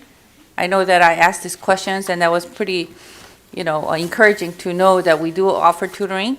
But we got to catch the kids in elementary for math, especially, because that's so important, because that's just a foundation. And I think that sometimes just doing traditional is good, just memorizing the multiplication, the addition, I always like to share how when my daughters were at Stowers Elementary School, Miss Graham, she had cards for math, addition and subtraction, and she just had the kids do that homework every day. And it was parents' job to do it at home, and so if the parents are working and it's really hard, then, something like that could be done in school. But catching the kids in elementary school is just crucial. Now, the reason why is because there are many, many more jobs in STEM out of college than language art, liberal arts. So I think that by providing a stronger math for our elementary students in all the schools, it does really, really a service for their future. Nonetheless, I'm very, very thankful and proud of our ABC team, directors, and starting with our superintendent. I know how hard she works, and Dr. Castro and the whole team, and the principals. So thank you very much. Thank you, Mr. Yu. Next one will be our board clerk, Mr. Noyola. Thank you, President Say. I just want to start by acknowledging this is great news. We're making progress in every category. I just wanted to thank, our principals. They are the leaders on campus, but of course, our academic service department. Everywhere I go, they're either Dr. Balbuena or Dr. Ha, they're there, or even Dr. Zitlo. They're there meeting with teachers, listening in on classes, saying what is working, what is not, what are the best practices. And like Principal Brenda said, the word of the day is collaboration. And we have to acknowledge that it's a team effort, and everyone's working very, very hard. And I'm really impressed with what Dr. Moore had shared is at the writing lab is that peer tutoring is happening, and that's something I haven't heard before. So I think having students that are doing well in the classroom coach other students that maybe are struggling or having challenges, that could be a key to this, because we have this investment that we put in all the schools that every student has access to. But the students that we want to see improve that are, maybe disproportionately marginalized or have disadvantages aren't accessing them. So maybe a peer-to-peer support system or a peer-to-peer, more tutoring that way could be the key. But of course, this is all great news. Thank you guys for all the work you guys do. I see you guys running around all over campuses, so it really shows here. Thank you guys. I want to thank you again, Dr. Castro, you're wonderful, and team. I want to thank you, Principal, who came over, present your cases with us. I looked at Hawaiian Garden was one of the signs was like the starting low and then all of a sudden jump so high. But you see the difference then, and we just look at the pie charts, that we see. But we don't see the 1%, even 0.5% is hard. Because I understand that, because I tried to I teach college, and most people knows that. It's really tough when I'm teaching the student, they are ready to take the RN board test. And I still, every year, I push more and more, challenge my student. The score right now is 95%, in Compton College. This is the great things about them. But they don't know how many Army and soldier we put up together to raise. But still, that 1%, 0.5%, if you look at the pie chart, even though they're very close to, because they're starting high, when you try to reach that, it's going to be really tough. But I want to thank you all here. It's not easy. I understand it very well. I can feel, because when you see the data, you say, oh no, I wish we can get 0.5%, we get to 71 or 77 compared to 73 and 4. But it's tough. I feel for you. And I also agree, maybe we can look for something else to break the ice. And you can do it. And then you've been doing so hard, but I don't want to keep beating you up. And I think you have your colleague, the teacher also behind you, but I want to say, make sure you say thanks to them. But I think one of the things that we always talk about parents, you know, as English as second language there, you know, we speak Chinese at home. And a lot of parents, even in some of the areas, speak their own language home constantly all the time. So when kids coming home, they probably end up speak their language too, so they become a bilingual. But most of, you know, so there's hard for English learning now more. It's tough. I think we need to start working with the parents to see how can we help, with the community help. But you folks have done a lot, seriously. Because when I walk at large, I have to walk the area, some of the area, I talk to the parents, you know, and then they try, but it's been changed now. Has been changed a lot. Parents also starting working with our district, and I see it when I go to the party at the parent back to back, and I see parents bring the food they here, bring the table, they want to share what they have. And I see the kids were so excited running around. But I want to say, because you folks is here, you made the changes. You turn around. You give every student have an opportunity to learn. It's a tough. Some student may not want to learn. Some parent may not want to get involved. You are experiencing a lot of difficult things behind that. Because I'm teaching college, I know some of the area, and it's a tough. But you did all. I want to thank you so much. But keep working hard. We're going to beat you. Say, working hard more, give us more. But I want to thank you again. I know I'm an A-type person, and most people here, you are also A-type. And I'm looking for some different the next year. But again, 0.5%, Dr. Moore, is tough. It's a tough. It was so nice to visit your school, by the way. You did a great job. I can see how much you are involved with your staff. You know, it's fantastic. And I want to thank you. Hopefully you enjoy my T-shirt too. I wear your T-shirt, went to my school today. Just want to let you know. I wore Gar High School T-shirt to my Compton College. But anyway, thank you so much for you all to stay late. And I don't want to say, I want you to stay here because no audience here. But I want you to go home and rest. And then thank you. Have a safe drive home. Thank you. Next one, I have a motion to approve the agenda for the regular meeting of October 15, 2024. I need a motion, a second, please. So moved. Yeah, in a second. Thank you. All in favor, please say aye. Aye. 7-0. Now I need approved. May I have a motion to approve the minutes of the regular meeting of October 1st, 2024. I need a motion, a second. So moved. Thank you. All in favor, please say aye. Aye. 7-0. Okay. Now is my president report. It has been a great few weeks here at ABC. October 2nd, I went to support and visit at the Bite of the Reality event at Teacher High School. And this event helped the students learn about manager, finance, and future. I can see some of the sports cars, people start selling and buying it. It was really great, you know. And October 7th, I was at Camarita Middle School to hear Assembly Sharon Silva present How to Build Becomes a Law to students. I want to thank her for sharing this valuable information because that reminds me when I was graduate school, learn how to write a bill to how the bill get approved. It's really, the students really very much attend that. So on Tuesday, October 8th, I attended ABC Adult School Open House Craft and Fitness Fair at the Cabrera Land campus. I love this event. I always want to go, and I always bring my money. Just for that, when I took $100 with me and go to shopping over there. So I bought some craft with the Thanksgiving earring. I also bought the Christmas earring. Very seasoning. This will be lasting for me the holidays. And you know what? I didn't pay attention when I went to booth, okay? But it's only $5 for each. It's really cheap. And it was sold, you know who that sold it to me? By former Hawaiian Garden Mayor, Mr. Gomez, and his wife. I didn't pay attention. I just, I like this earring. And I raised my hand. Oh! Mayor, former Mayor, Mr. Gomez. And they were there. They still back and support adult school. That's amazing. One day when I get to the age, when I retire, I want to be in one of the booths. I was selling my thing. Hopefully you folks will come back my booths and buy things. Okay, Mr. Noyola, don't forget to come by, okay? But really good. So some of the, I also bought another welcome things from that event. It was a $5 too. So I said, I want to ask more, and she said, I only have one. But this is really beautiful event from our adult school.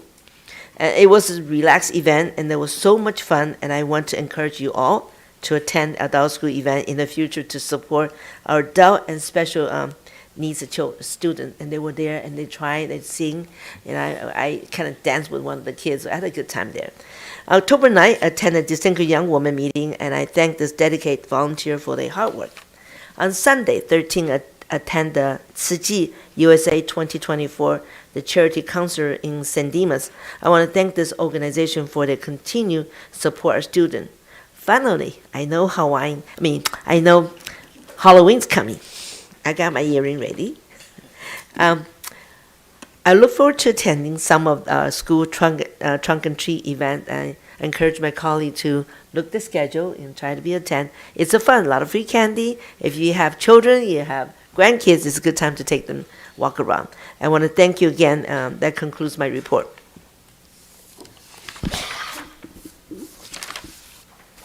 So next one will be a superintendent report. Dr. Zillow. Before we move there, Dr. Rios needed to clarify she wasn't at the last meeting, and so for... Oh, we need to correct this, so abstain one.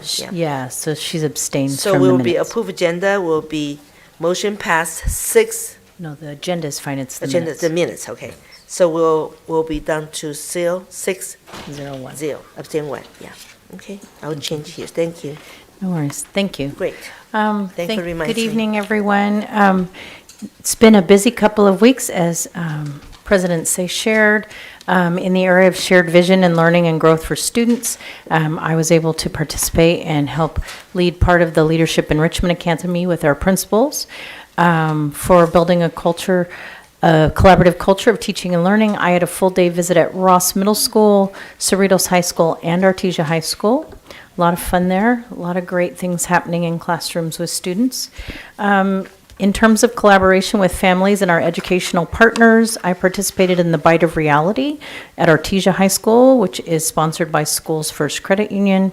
I also enjoy seeing some athletics, so I watched middle school sports between Tetzlaff and Whitney, girls flag football with Artesia and Whitney, girls flag football with GAR, homecoming at Cerritos High School, and then, of course, I participated and led the meeting with our student board reps in preparation for tonight. Finally, I was part of a superintendent regional meeting with AXA. That's all. Thank you. So now we were hearing from student board representative for Cerritos High School. You ready? The floor is yours now. Go ahead. Thank you for staying so late with us. Appreciate it.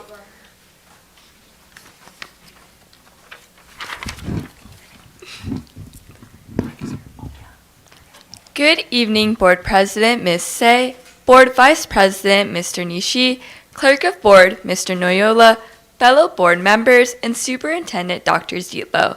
My name is Dia Baichin. And my name is Nikita Guntapalli. And we are honored to be here today with you, representing Cerritos High School. Even though the school year has just started, Cerritos High School has already made a wide range of achievements and has started the school year off strong. This year, we started off this school year with our annual Back to School Spirit Week and had our first ever Black and Gold dance and Black and Gold rally. We had an amazing rally with cheer, color guard, and band performing. In addition, our Black and Gold dance was a huge success with fun games and music for our dons. In addition, our football team was able to win back our jug in our annual football game against Gar High School. The stands were packed and the spirit was high in our stands. Our Jug Spirit Week was a huge success with students participating in Spirit Days and coming decked out in black and gold at our football home game. The Dons had an amazing win against Gar with a final score of 37-0.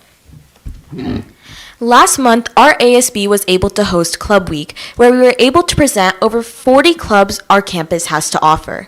From cultural to academic to special interest categories, our students were able to see a sneak peek of what each and every club has to offer at our campus. Students spoke to club officers and asked questions about the purpose of clubs and what the plans for the clubs were. Our students learned about when and where their first meetings would be held and how to get in contact with the advisors and officers. Our quad was packed with students coming out every single day. In addition, our school has been celebrating Hispanic Heritage Month. We have hosted a wide range of activities, including treats in the quad, dress-up days, Hispanic Heritage movies in our library, cahoots, and more. Through this, we were able to engage hundreds of students in a wide range of activities relating to the Hispanic culture. On October 5th, Cerritos High School hosted its annual Model United Nations Conference with over 500 delegates from 20 different schools.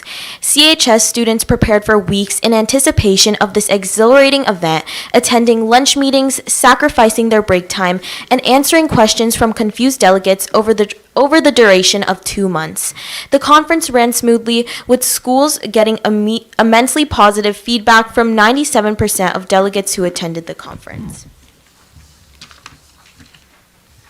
Last Friday, Cerritos High School had its annual homecoming game, where the homecoming king and queen were announced during halftime. CHS ASB arrived at Rand Stadium at 4:30 to help set up the student section and homecoming stage, ensuring school spirit filled the crowd once the stands started to fill up at 7 p.m. for the game.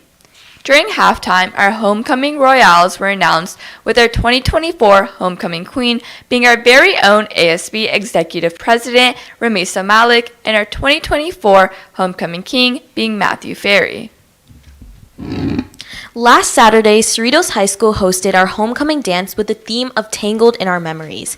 We had over 700 students attend. From dancing, taking 360 photo booth pictures, and playing games, our Dons had an amazing time and were able to take a fun break from school and their academics.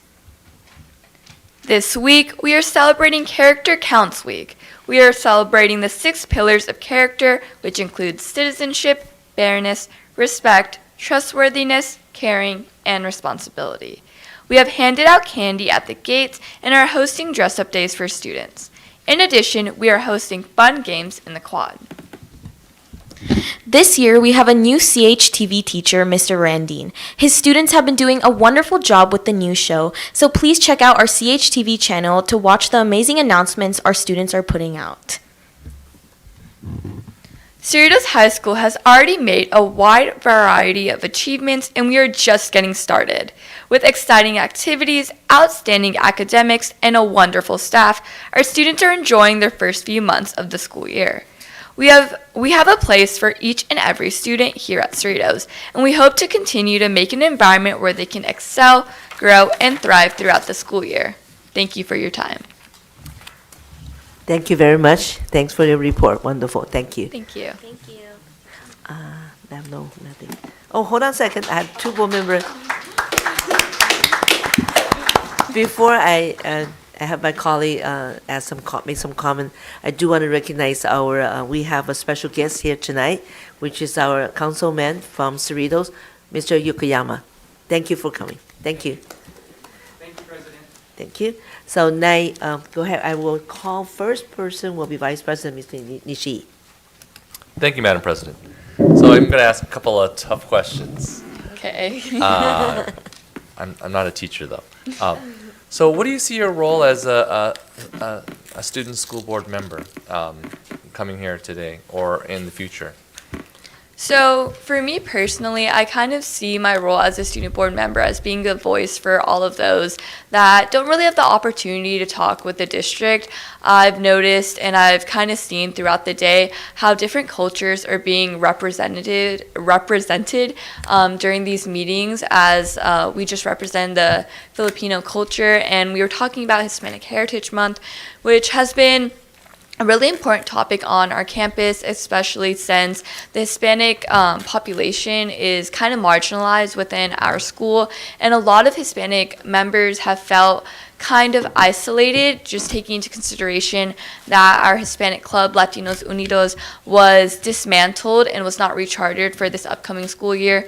So I've worked closely with the Hispanic community to kind of get that population and get those students on our on campus to kind of have an outlet for their culture and to kind of just represent themselves. And through that, and working with our wonderful principal, Dr. Wise, we were able to come with an agreement to kind of create a group more than a club, so then these students can be represented while kind of being amended to the ASB regulations for having a club on campus. Yeah, so for me, Cerritos High School is one of like the biggest schools in ABC, like with over 2,000 students. And I think there's so many different students with like a variety of backgrounds and so many cultural differences and so many things that make them special. And I think a lot of the times these students are not really heard on campus, and they're scared to, voice out their opinions. Like, for example, Cerritos High School did lack a business or econ club, as well as business CTE courses. And this was kind of a concern to a lot of students because almost a lot of our students here on campus are interested in business. They want to get into entrepreneurship and become those types of leaders. But I think a lot of the times they were scared to bring it up to staff and administrators and, district officials. So I really hope that my time, like through being a board rep, I'll be able to voice the opinions of these students more. Like I was able to be the founder of our first business and econ club at school. So I hope to continue to create achievements like this within Cerritos High School and represent these voices within our school and our diverse community.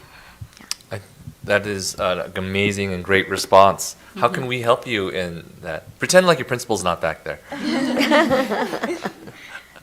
I think honestly, just listening to the students more. Like I know you guys work so hard for each and every single campus here in ABC, but I think maybe just taking that extra step to really hear the different opinions and voices of students. Like something I'd really like to see at Cerritos is maybe offering some more AP or CTE courses relating to entrepreneurships, maybe like AP microeconomics or macroeconomics, or maybe implementing like more staff with economics backgrounds or entrepreneurship backgrounds could really be helpful. And I'm sure there's a lot more different pathways that students want to take that we can definitely bring up. And I think maybe just taking that extra step to hear their voices and hear their opinions could really make a difference.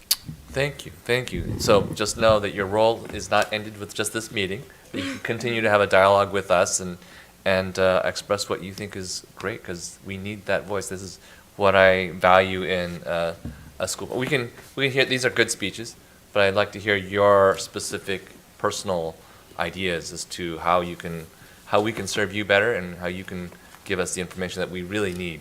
So appreciate that. Thank you. Thank you, Vice President. Vice President Mr. Nishi is so-called sharing governance here. Yeah, you won't get in trouble. Don't worry about it. Dr. Weiss has an open mind, very open mind, and we also have our assistant superintendent right here. She listened to. I saw both of my superintendents writing it, and they're writing at your request. Looking forward to see that. Okay, thank you very much. Okay, I have one more. I'm sorry, I didn't notice. Board member, Mrs. Yu. Thank you, President Say. Welcome, Dr. Wise, and I know Ms. Monserrati has been here from the very beginning, supporting Cerritos High School. How impressive to have Cerritos High School host MUN on October 5th. Yeah. With over 500 delegates. That must have been pretty exciting. Yeah. Right? So I'm actually Secretary General of our MUN program. So I was working hand in hand to kind of communicate with these schools and work with delegates. And Nikita here was one of our chairs for our committees. And it was just so exciting to see how excited our underclassmen delegates were to attend our conference, and also to kind of just see the enthusiasm within upperclassmen delegates.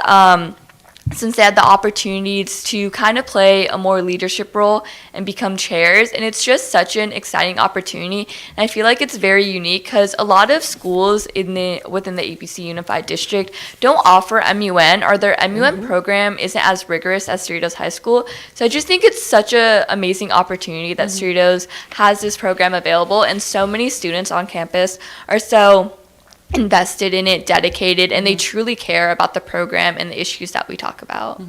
And of course, I just want to also applaud the staff, the teachers who had the MUN, right? Yeah. AP U.S. history teacher. Yeah. What's his name? Bill Mustard. Yeah, Mr. Yes. Mustard, and also Jason Watanabe. Yes. They're amazing. Always going on the advisors. MUN Yeah. conferences to different cities and, you know, different states. Yeah. So go Dons. Go Dons. Yeah. Thank you very much. My son also was MUN person at Cerritos High School. I really enjoyed that. Thank you very much for coming. Thank you, Dr. Weiss, and thank you, the staff, participate in tonight's event. Appreciate. Good night. Thank you. Thank you so Good night. much.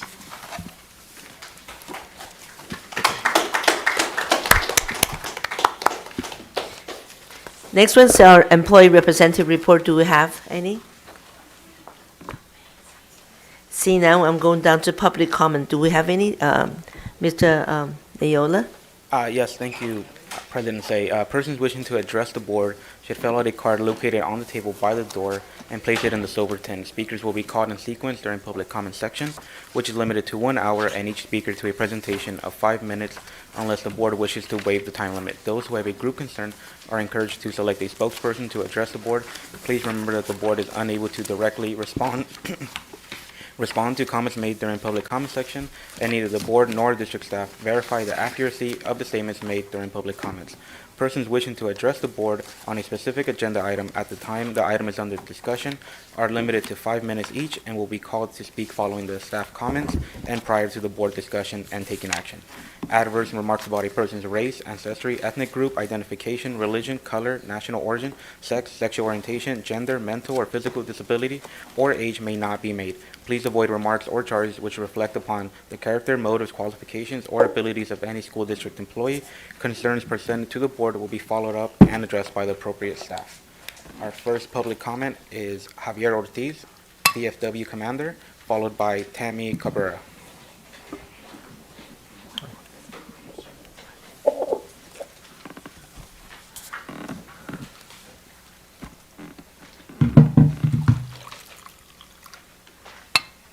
Hello members, my name is Ethan and I'm a graduate from Tracy High School Peace Club. We are working with the VFW Post 7243 located at Hawaiian Gardens, and I'm here to present you Commander Javier Ortiz. We'll invite you to join us at an important event that is happening in our district on Sunday, October 27th. Thank you, Ethan. Thank you, esteemed personnel, school board members. In collaboration with Tracy's Peace Club, I'd like to provide a warm invitation to our mural unveiling event Sunday, October 27th at 1100 hours. And yes, FYI, I will be hosting football at 12064 Centralia Road, 90716. I represent the voices of the veterans facing deportation. Throughout history, we have depended and relied on the courage of those who have served our nation under this flag. They wear our uniform. They protect our freedom and our rights. I stand here to defend the rights that have been earned by those who have fought for us. Thank you. I'm also here, Jesus Mendoza. I'm also supporting this event. I wanted just to ask if anybody's willing to attend, and obviously if you guys want to speak on that day. We're trying to make it to make it awareness. We're trying to invite some of our House representatives. I know that there is election year, and hopefully we could get them to attend, because this is something this bill that affects, it's actually on their desks. And hopefully if you guys could attend, it would be very beneficial for our community, especially for the cost. We're going to do a pretty decent itinerary agenda, having hopefully we already committed to have one of the Native Americans to come and do a prayer. So I'm trying to work on a dancer. Hopefully we could get a dancer, a drummer to attend also. And then so look forward to hopefully some of you guys, or not all of you guys, to attend. And this great event, I think it'll be really good to make it public, to make everyone aware of such a thing that's going on with our veterans. I appreciate it. Thank you very much.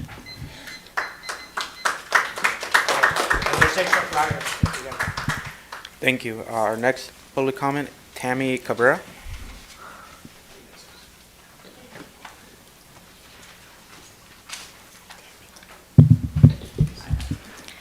Good evening, Superintendent Dr. Zietlow, President Say, Vice President Nishii, Samonim Yu, Dr.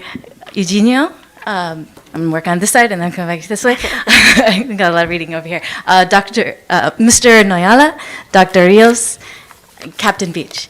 Thank you so much for taking the time to hear me out. I am also very active in the district. I'm PTSA president at Carmelita.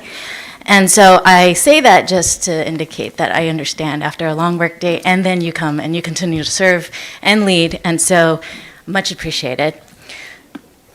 In response to the wonderful presentations tonight about the academics and the state of ABC and the students and their achievements, although a lot of accolades were given and celebrations, I have to echo the sentiments of Dr. Rios earlier, who stated, that when we look at the gaps and the missing pieces, and also the sentiments of Vice President Nishii, that it's not always the answer in the dollars and the cents. I actually want to point to a much more obvious solution. At Stowers, where I have 2 children, and obviously I have one child at Carmelita, but at Stowers where I have 2 children, I've observed a pattern of a laissez-faire culture, and it transmits through academics, it transmits through social-emotional, positive behavior intervention supports, otherwise known as PBIS. In general, any type of multi-tier support systems, I have observed this. And some examples I can give to begin with. One, this time last year, when my daughter was in a classroom placed with a long-term sub, I immediately pointed out, I see problems because this is second grade year. This is going to be really critical because next year she'll be of testing year, and we just talked about CASP. And I said, I'm really concerned specifically about writing. And it was exactly around this time last year. And at that time, I was in a position, I also work in education, but at the time I was in a position where I could afford to take vacation days. And I even offered, I am trained in writing intervention supports. I want to volunteer to come into this classroom knowing that they have a long-term sub. I mean, how much can you expect? To have them be the consistent adult in the room to the end is already, hands down, amazing. This person needs help. My offer of support was not taken. Then fast forward to this year. Now it's my son. My son's a kindergartner in the kindergarten Mandarin immersion program. It's only in the second year since its induction, and I'm already seeing some problems. And as I'm pointing them out, again, very laissez-faire. Specifically, the approach is not conducive to language acquisition. Anyone who knows anything about language acquisition, we talked a lot about language acquisition in categories earlier, knows that you don't begin with the written form. You don't begin with the reading form. You begin with the spoken form, the listening form. That's where songs, and especially kindergarten, come on, but the model right now is flip-flopped. So my concern is that many, many families who've come in and enrolled for this current year, I've spoken with a lot of them, and we're kind of under the same impression that a much more viable model, that there's still time, perhaps, for Stowers to follow, would be that of Ferguson's. And there's been a lot of great things said about the Ferguson Mandarin immersion model, namely the heavy usage of songs, oral tradition, such and such. So that's one thing. But the main reason I came tonight is to say that the social, emotional, and mental health support at Stowers Elementary really needs a good looking at, and my specific asks are these. Number one, I ask that all new teachers within their first 3 years, that they just need social, emotional coaching and ongoing mentorship and a close look, not just at site level, but if possible from the district level. Just a closer zoom in, follow up, monitoring, because they're new teachers. Secondly, I ask that there be an enhanced Tier 2 behavior MTSS support system. Tier 2 denotes These are kiddos who aren't your typical, but they're not your highest level need either. They're the ones that just need a little bit more frequent reminder, a little bit more extra measure than the average general instruction that a typical student may need. And then last ask is that at Stowers, please, there be a parental task force formed with the intent of more speedy, efficient response to things that all of our community can see and simply ask for some kind of solution to, not just a listening ear and then it fades. So thank you for taking your time. Good night. Thank you. Are there any other public comments? Seeing none, I close public comments. Thank you, Board Clerk and Mr. Nayola. Next one, I have a motion to approve the consent calendar. I need motion and second, please. Second. Thank you. Anyone who wishes to remove? Yes, I'd like to. Oh, sorry, okay. 1.1. Okay, 1.1, okay, it's for just information? Or? Just questions. Okay, thank you. Thank you, Madam President. Really quick, so I see there we have an expanded scope of work and an additional $42,000. The original contract was for $85,000. What is our basis upon which we make determinations to go out for a new contract when the scope of work is changed? I mean, I know with construction it's typically about 20% or so, but in terms of academics, I'm not sure what that guideline is that we have.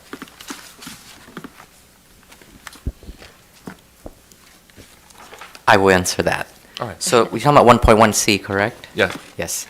So the board approved this contract back in June of 2024 for the amount of $85,588. In that contract that the board approved, there were 2 days of training for our new assistant principals. So when we were assessing the needs of our administrators and how to support them, how to provide sufficient training for them so that they can support teachers, we determined that we need to expand that for going from just 2 full days of training to once a month, basically 10 days of training. So we worked with Leadership Ledge to see if they can able to deliver that, and they were able to. So we were bringing back the contract to amend it and expand the scope of work. This is our second year working with them. Last year, they did the full 10 days training. So this year, because of budget, we were reducing it, but we had money in the grant. So this is all grant fund from the Educator Effectiveness Grant.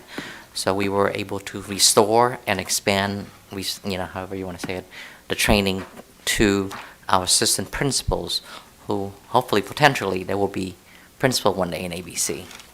So I'm not asking to justify this particular item because it is a consent item. I just wanted to know the general policy that we have in terms of when we decide this is going to be a consent item and when this is going to be a brand new item, and how much of a change of scope. So because what happens is, we amend and we add scope, and that's important and that's good. I like that we're able to be flexible with these things and learn, but I don't know the basis upon which we make like I said, with construction, you have a certain basis. You say, okay, if it's too much of a change, that's a whole new project, and therefore we need to go bid for that, right? So in terms of education, do we have such same standards, or is it something we just say, hey, this is a 40% change, but it's okay because it's more scope, and therefore, I don't know. So that's what I'm asking. So let me try to answer that. I'm not trying to justify Right. I'm just trying to. So there's 2 parts of the question then. If it's consent, that the board has approved it before, right? If you've never seen it before, normally it's an action items, right? I understand. Since we have utilized this consultant in the past, when the board approved back in June, it was actually consent, and we bring it back as consent. In terms of, is there a hard percentage that when you reevaluate and when you go out for a proposal again, usually when we amend a contract, we don't do that. We only do that if we looking at a brand new service, then we go out for proposal, or when we renew the contract, then we also evaluate other competitors, if you will, or providers to see if they meet the needs of the district. With an amendment, we usually don't go out for a proposal. Right, so the question is what percentage of an amendment then would trigger that, right? We don't have a hard number, a hard percentage. We evaluate the needs and basically if the consultant meet the needs of the district and if the relationship has been vested before and we've went out to bid before, we don't go to bid again on an amendment of the contract. Okay, so, and I understand the scope is increased. Yeah. So therefore, it would be more, it's just, a certain percentage. I just wanted to see if there was a basis upon which we would do that. We'll consider that. Or the number of years. And this Right. is only 2 years, so this is short. Yes. Thank you. That's all. Okay, thank you. I think you guys also follow the board policy 4027 regarding consultants and independent contractors, Yes. right? Is that you Oh, follow that? definitely, yes. Yeah, okay, thank you. Yeah. Thank Okay, you. so all in favor, please say aye. Aye. Thank you. Motion passed 7-0. Now we go down to our action item. Okay, may I have a motion to adopt Resolution 2408, Filipino American History Month in the month of October 24. I need a motion and second. You're on your second. Dr. Zillow, please. Thank you. So in recognizing a significant population in our schools, we're honoring Filipino American History Month, and I thought we could take a minute to read the resolution, and we've asked Dr. Eugenio if he wouldn't mind starting us off. I will probably. Sure, no problem. We have board read the first. Then I'll probably have from you to board member Mr. Beach, then Dr. Rios and Francisco and Ernie and you, so you have one Yes, chance ma'am. to say. Excellent. Resolution 24-08, Filipino American History Month. Whereas in California, Filipino American History Month was first recognized statewide in 2006, when the California Department of Education placed it on the celebrations calendar, and Whereas in California and Hawaii, many Filipino American organizations in these states often initiate their own independent celebrations. A pivotal year was 2006 as it marked the centennial celebration of Filipino migration to the United States, and Whereas in 2009, California State Senator Lilian Yee introduced a resolution which was passed that recognizes October as Filipino American History Month. It passed the California State Assembly and was submitted to the California Secretary of State, and Whereas in 2009, the U.S. Congress designated October as Filipino American History Month, a month-long commemoration and appreciation for the Filipino experience throughout American history, stretching as far back as 1587, and Whereas Filipino Americans are the second largest Asian American group in the nation and the third largest ethnic group in California after Latinos and African Americans, the celebration of Filipino American History Month in October commemorates the first recorded presence of Filipinos in the continental United States, which occurred on October 18th, 1587, when Luzon's Indios came ashore from the Spanish galleon Nuestra Señora de Esperanza and landed in what we now know as Morro Bay, California. And Whereas Filipino Americans have made significant contributions to American culture, politics, science, including but not limited to labor leader Larry Idleong, who jointly created the United Farm Workers, Tony Award-winning Leah Salonga, retired state Supreme Court Justice Tani Kantil Sakayui, and Now, therefore, be it resolved that the Board of Education of ABC Unified School District celebrates Filipino American History Month in the month of October 2024. Pass and adopt the 15th day of October 2024 by our Board of the Education of ABC Unified School District. Thank you. Aye. And we're going to vote. Yeah, I'm going to vote now. So, all in favor, please say aye. Aye. Motion passed 7-0. Next one, 1.3-8, may I motion to approve revised board policy and administrative regulation 4030, non-discrimination in employment. I need a motion and a second, please. moved by Noyola. Thank you. Dr. Frazier. Thank you, President Say. we're bringing forward this board policy and also the accompanying regulation 4030, which is required by law and provides various protections for district employees as well as job applicants.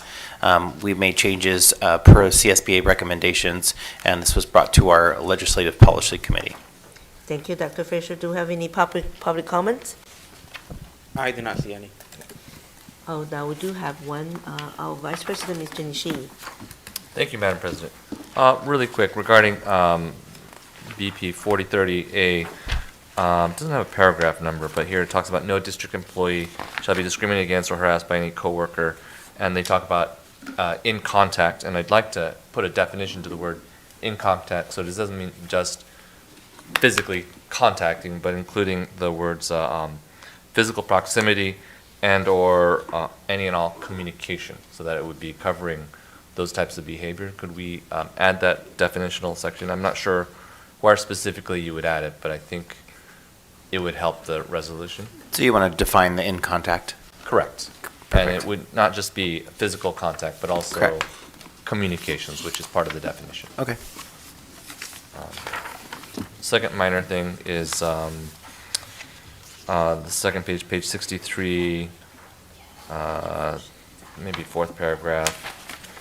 No employee who requests an accommodation for any protected characteristics listed in this policy shall be subjected to any punishment or sanction, regardless of whether the request is granted. I guess that's pursuant to the government code, so we can't really amend that, so I retract that.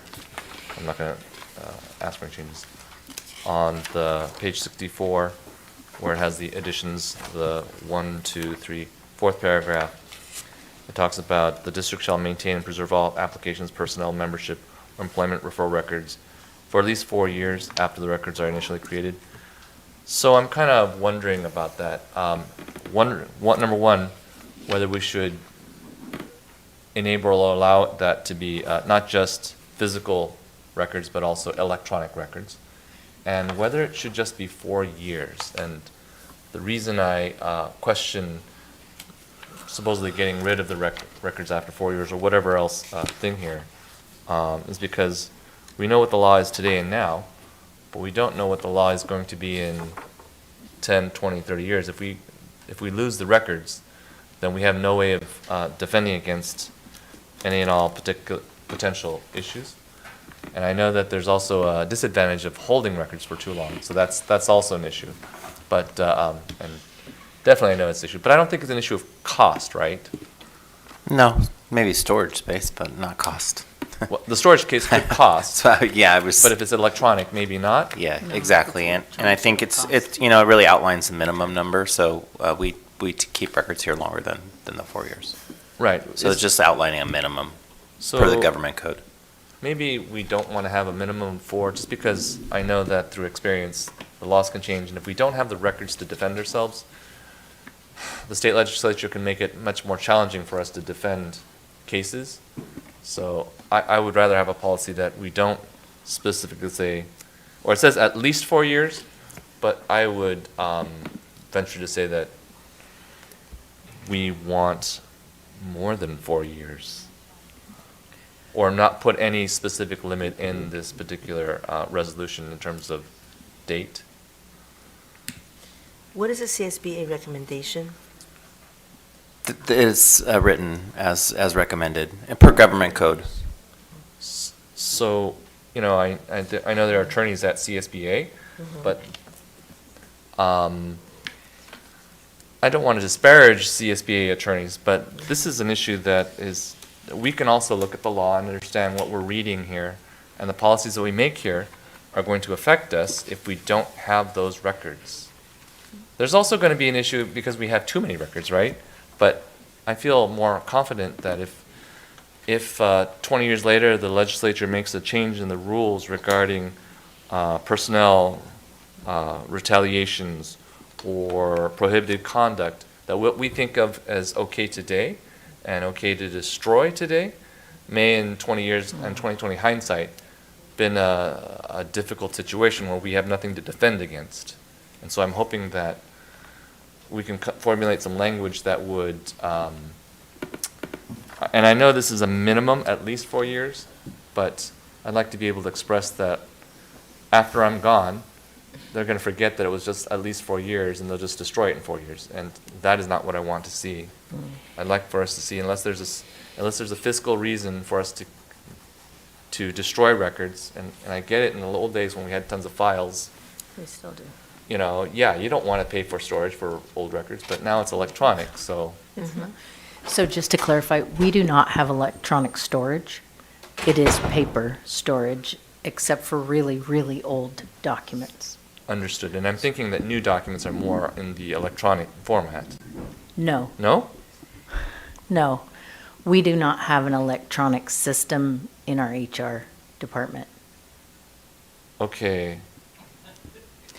There is a significant cost to that. We have not moved there. But there's also a huge there's a huge cost if we make a mistake. And it's not even an issue of the requirements, because after 4 years, I know that the law will enable us to destroy records. I get that. But it may behoove us to keep the records for in excess of that minimum. But I don't want to do that forever. I would like to figure out what that actual cost is, because I don't want to be imposing an additional burden on the district.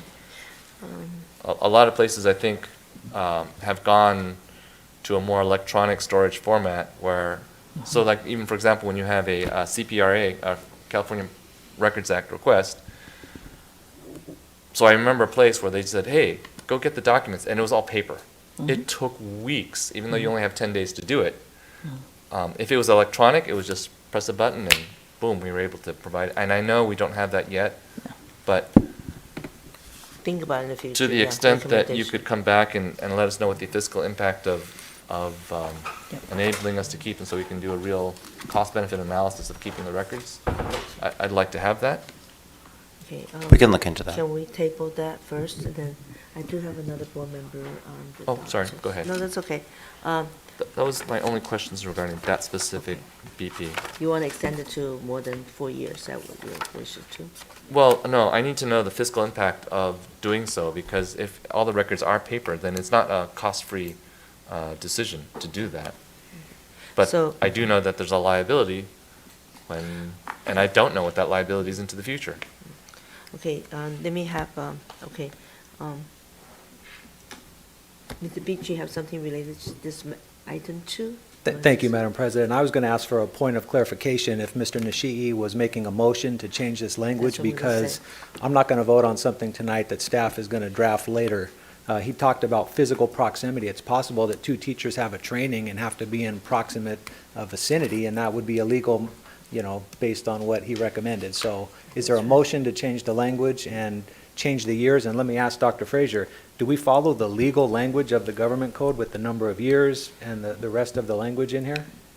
The language in there is per government code, yes. Okay, so my point of clarification is if Mr. Nishii has a motion to change the language.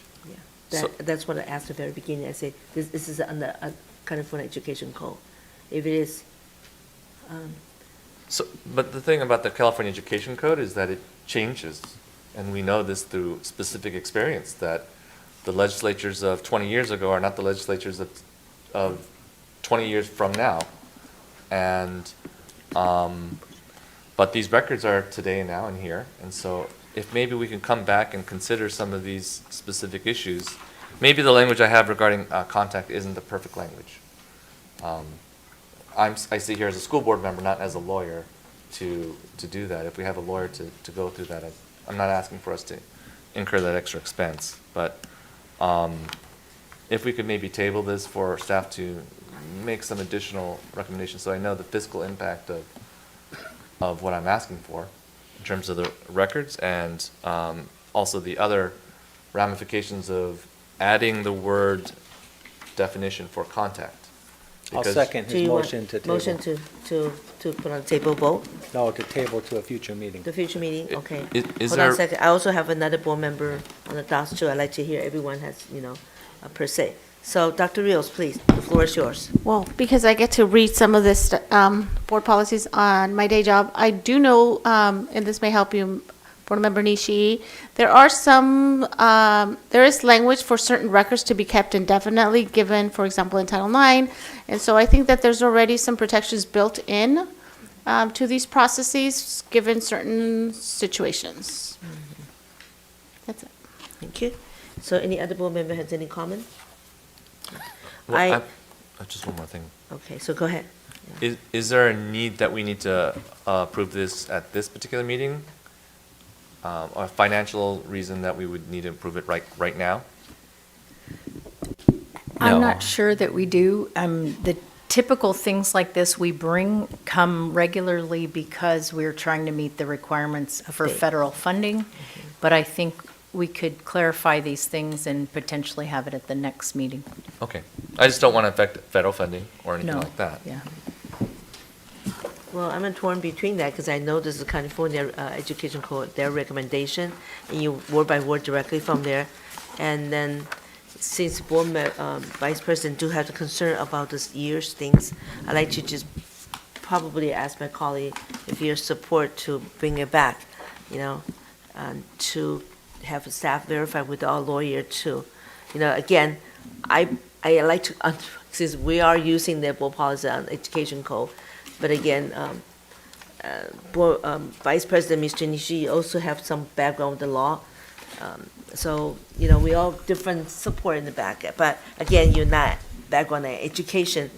But, so I'm asking if you agree. Let me put on the table if we all agree. I think we probably have to vote now, right? Can you reinstate that what you wish to change is the table? So I'd like to table the motion for staff to come back with financial ramifications regarding the timing of the amount of time that we would actually keep these records, and also provide us in a little bit of an analysis whether there's an advantage or disadvantage of keeping records longer than 4 years. And I know that not all records are kept just the minimum of 4. There are Title IX records that are indefinite. But regarding that, and also a quick analysis as to what the appropriate words in terms of definitions, because the word contact, in this context, if it's too vague, then it could be used inappropriately or not provide enough coverage that we would want to have, because we want to have coverage. Okay. The whole purpose of these things is for us to have good protection. So that is the motion, for it to be able Thank you. for those specific reasons. Thank you. I thank need a you. second on the table here. Okay. Now I'm going to, Daniel, please roll call for me, please.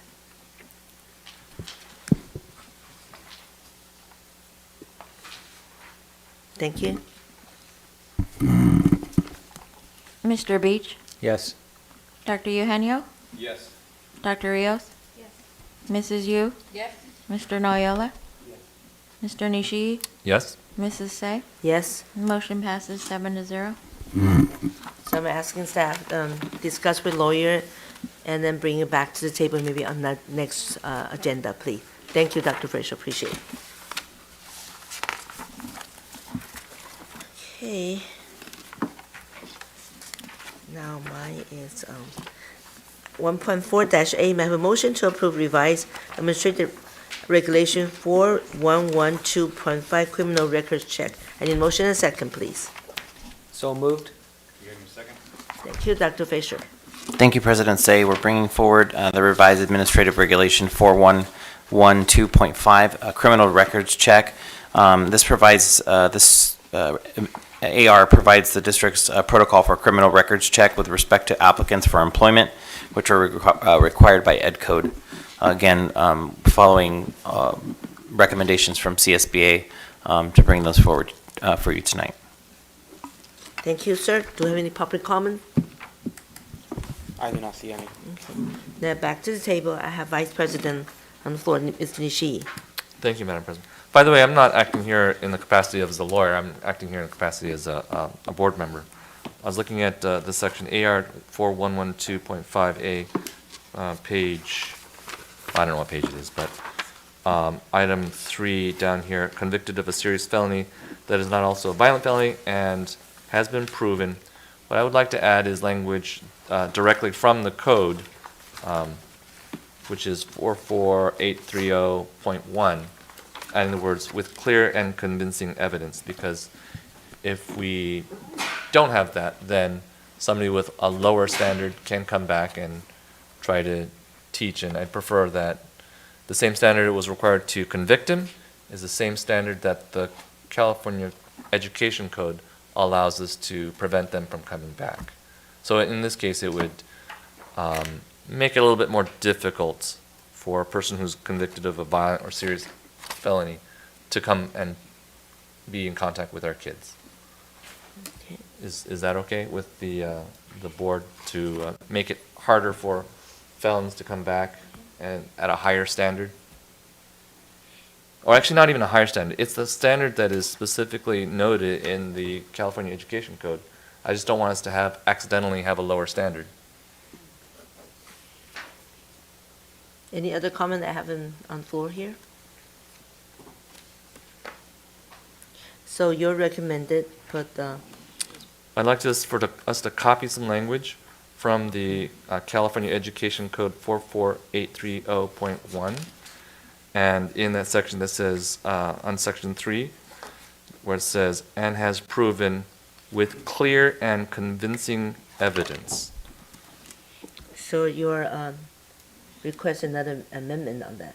Yes, right? So I would. That will put on the vote again too. You're adding a thing, so I need, Just- does any second there? Just following the California code regarding the words by clear and convincing evidence. Do we have I need a motion, we have motion here, I need a second. You got your second. Thank you. Now Daniel, please roll call for me, please.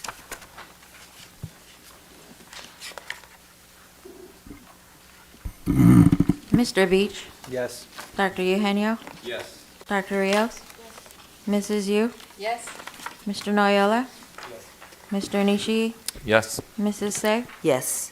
Thank Motion you. passes 7-0. Yeah, I want to let the public know, we have 7 board members here. We all come from different background. We all have expert in one area, either in the health, education, or law. Again, Vice President Mr. Nishi, his background is lawyer, so a lot of things that we really depending on him to understand certain language there.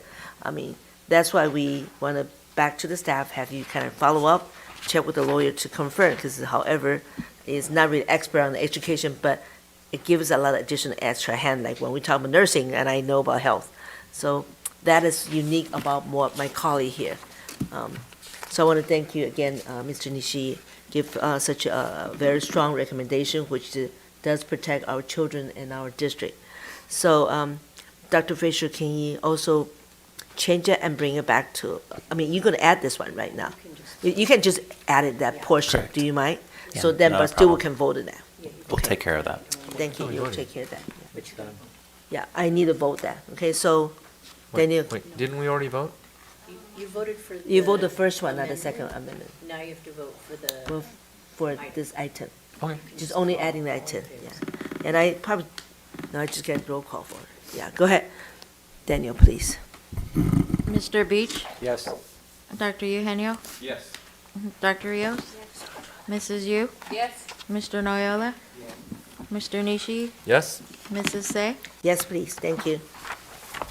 Next is 2.28, may I have a motion to disclose the tentative agreement with the American Federations of State, County, and Municipal Employee, AFL-CIO, Local 2229, Council 36, in accordance with the provision of AB 1200, and conduct a public hearing on the component of the disclosure, and in motion a second. So moved. Thank you, Mr. Nguyen. Thank you, Board President Say. Good evening. This is a public disclosure of a tentative agreement that the board is about to consider, which is the next item. This is with ABCUSD, and this is for last year, the 2023-24 school year. This is under the parameters approved by the board for all employee groups, which is a 4.5% on schedule and a 3.72% off schedule. On page 79 of your board book is the cost of this agreement. The ongoing cost is $889,000, $720. The one-time cost is $734,900. $926. Again, this is within parameters given by the board. This is exactly identical with other employee groups that the board has approved for the year 23-24. And this is just to disclose the cost before the board approve the agreement or consider the agreement. This cost has been budgeted since it was last year, and myself and the superintendent, we have certified that the district's able to meet the financial obligation of this agreement going forward. So the information is presented to you just to disclose to the public the cost of the agreement and whether the cost and whether or not the district can afford the agreement. And it's positive on both accounts. Thank you. Do we have any public comments? Any discussion from my colleague? If none, all those in favor, please say aye. Aye. Hearing no further comments, the public hearing is closed. The motion passes 7-0. 2.3-A, may I have a motion to approve the tentative agreement between the Board of Education and American Federation of State, County, and Municipal Employee, AFL-CIO Local 2229, Council 36, amending Article 7, Composition Article 11, Calendar, and Article 26, Duration. I need motion and second. So moved. Dr. Fisher, please. We'll go fast. Thank you, President Say. Yes. I just wanted to thank AFSCME. We had a great negotiation session, so I just want to thank Tony and his negotiation team as well as mine for coming to the agreement, and we are bringing it forward as presented. Thank you, Dr. Fisher. Do we have any on floor for discussion? Seeing none, all those in favor, please say aye. Aye. Motion passed 7-0. 3.6-A, may I have motion to approve request to submit the resolution authorizing continued funding application for California State Preschool Program to the California Department of Education for the 2025 to 2026 year. I need a motion and second, please. Motion approved, Daniel. Dr. Castro, please. Thank you. This is for us to allow to submit our applications to CDE to continue to provide excellent quality state preschool education in ABC Unified. Thank you, Dr. Castro. Any public comment? I do not see any. Any discussion from my colleague here? With none, all those in favor, please say aye. Aye. Motion passed 7-0. 3.7-8, may I have a motion to approve request contract with Univision Los Angeles to provide Spanish radio advertising for the 2024 to 2024 school year. I need a motion and second, please. So moved. Second. Dr. Castro. In an effort to continue to support our adult school, this is to increase advertising and bring in increased enrollment into our adult school programming. Okay. Do we have any public comment? So I do have one from my colleague here, which is our Vice President, Mr. Nishii. I just want to commend staff for actually bringing this forward to actually hit one of the larger demographics and will be much more effective. So thank you very much for bringing this forward to us. Is it going to be also cable, or is it because it goes on the broadcast, it will eventually go to cable as well? I think right now we're starting with the radio station programming, and then from there we'll see what the turnaround is if we do see an increase before we expand to advertising in cable or other arenas. And I understand cable is kind of a dying thing, so if you don't do that, that's fine. My questions here, my colleague have anything else? Then my turn now. What about the other language here? Not now, it's only focused Spanish right now, radio. Yeah, currently there is continued advertising in other local media outlets, including print, such as newspapers in multiple languages. However, as Mr. Nishi identified, this is the largest group. Yes. And so we want to attract more of our demographics, and that is why we expanded to Univision for this one. I absolutely agree with that. I just want to publicly hear that. Thank you very much. All those in favor, please say aye. Aye. Motion passed 7-0. 3.8-A, may I have a motion to approve request to contract with Education Collaborative, a division of Pacific One Source Incorporation DBA STS Education to conduct a cybersecurity assessment and ed tech audit for the 2024 to 2025 school year. I need a motion and a second, please. So moved. Second. Dr. Castro.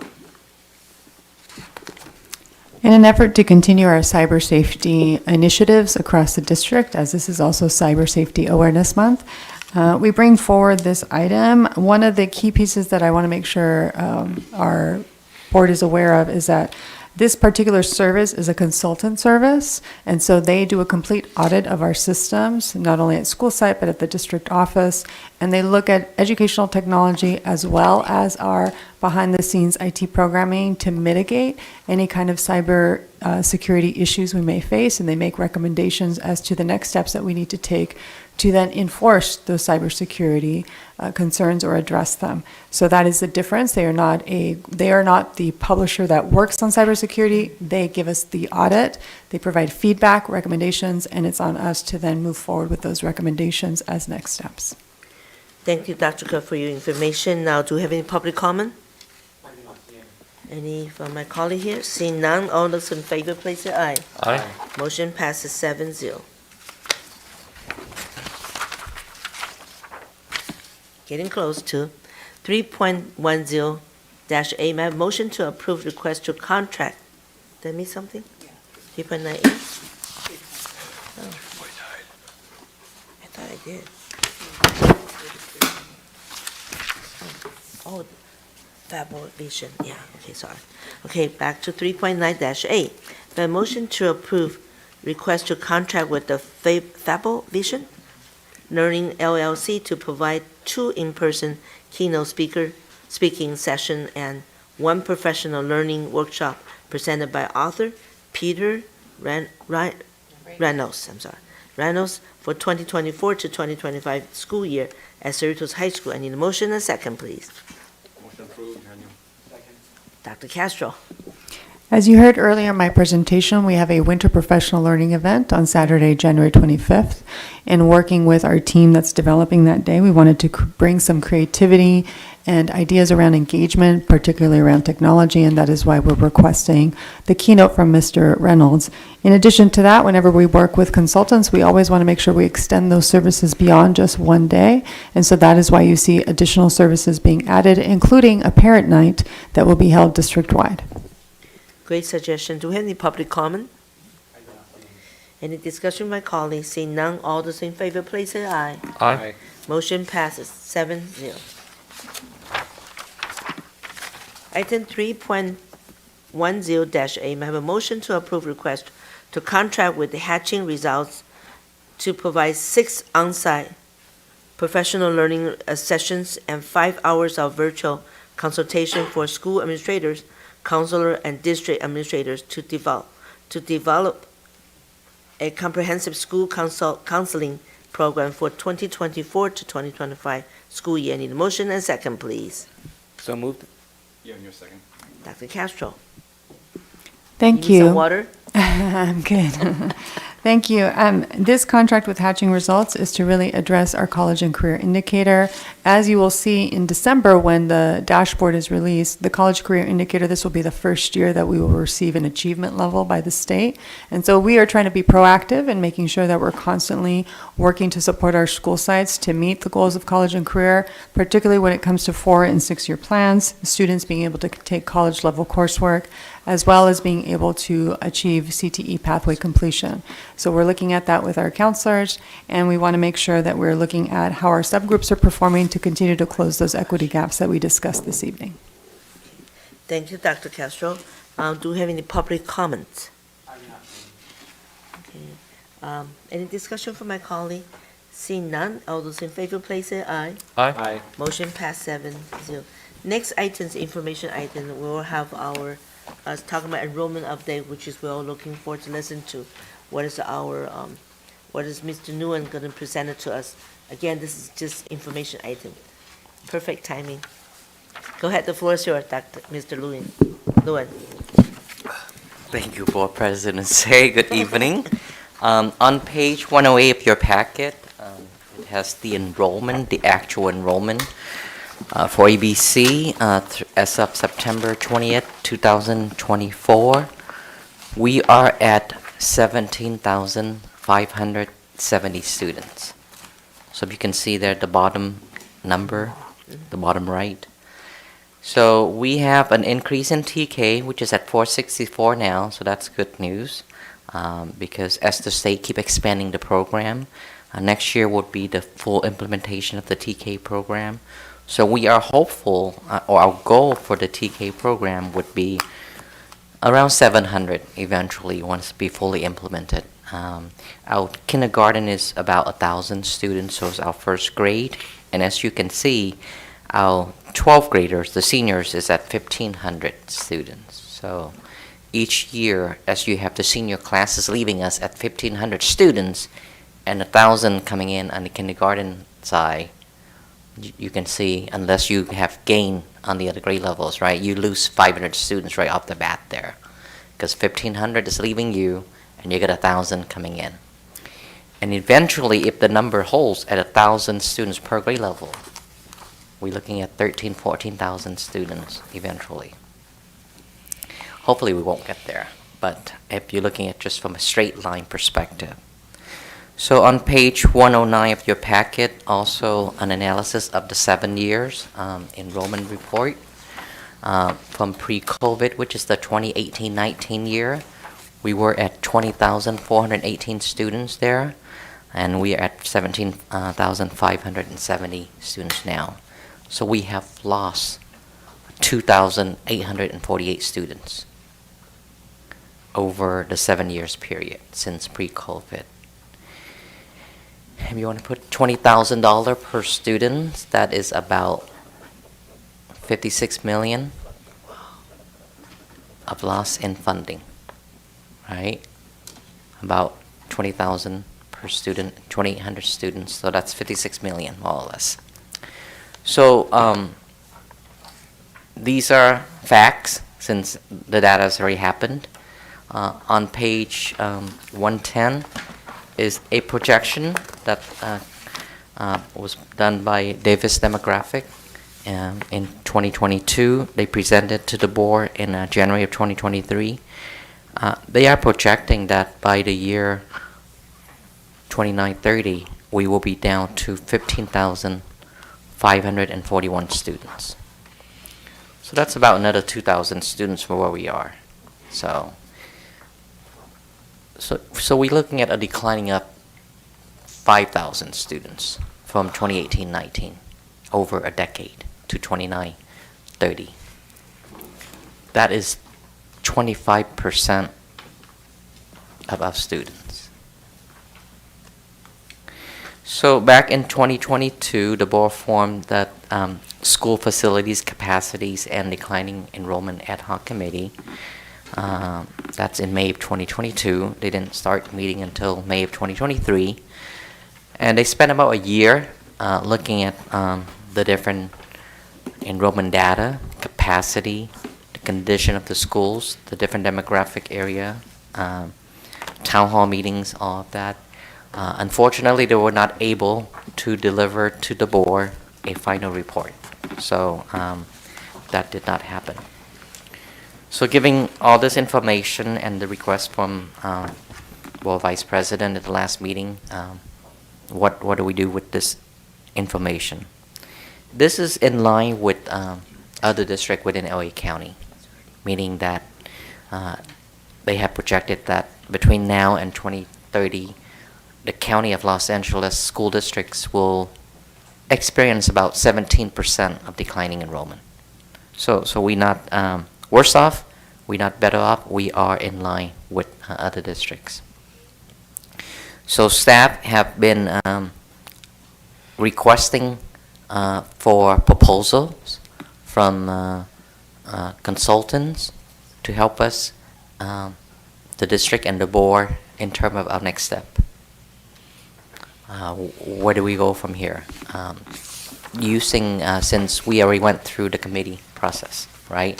Normally surrounding districts, and I'm just going to say it straight out, if they were to close schools, they form a committee, just like we did, right? The committee studied the data, make recommendation to the board moved forward with that. right? You may have not have heard San Francisco is in the news, potentially closing 17 schools. So that's where we are, and it's inevitable. I have to say that our surrounding district have closed schools. It's not popular. It's not easy. It's painful, but I'm going to say this for the records. I believe as your CFO, it's inevitable to serve our students right, to do it with the resource that we will have, how to direct our resource to support the students and all the programs, the base fund and the LCAP money. We would need to address this. So the board has two options, right? You can form another committee. They can start the work again, and a year from now, look at a report, if they will have one for you, and go from there.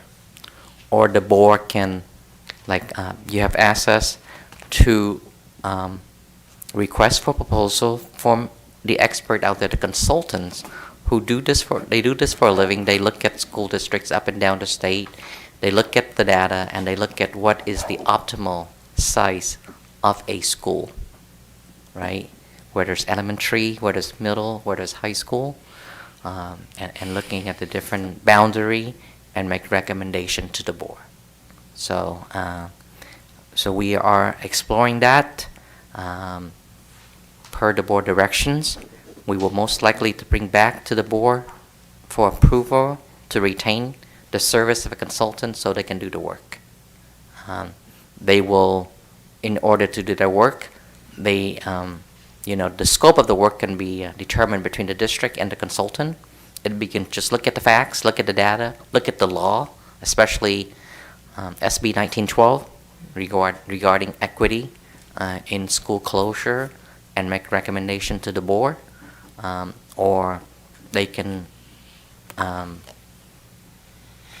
go through the entire process like the committee, but with the consultant. Maybe they will conduct town hall. Maybe they will do some of that work. So it depends. We determine the scope with them in carrying it out, a recommendation report for the board. So you have the enrollment data in front of you. You have, different options to move forward. And this is an information item for tonight for the board discussions and provide directions to staff to move forward. Thank you.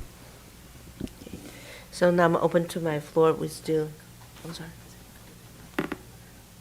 Oh, do we have any public comment? No, I don't think this is information item. Yeah. So now I'm going to put back on the table. That's our CFO just give us two options there, suggest us, hire some specialists or form another committee. One of my board colleague will think about it. I need a comment from you guys now. Okay, I'll start with a board member, Mrs. Yu. Sure.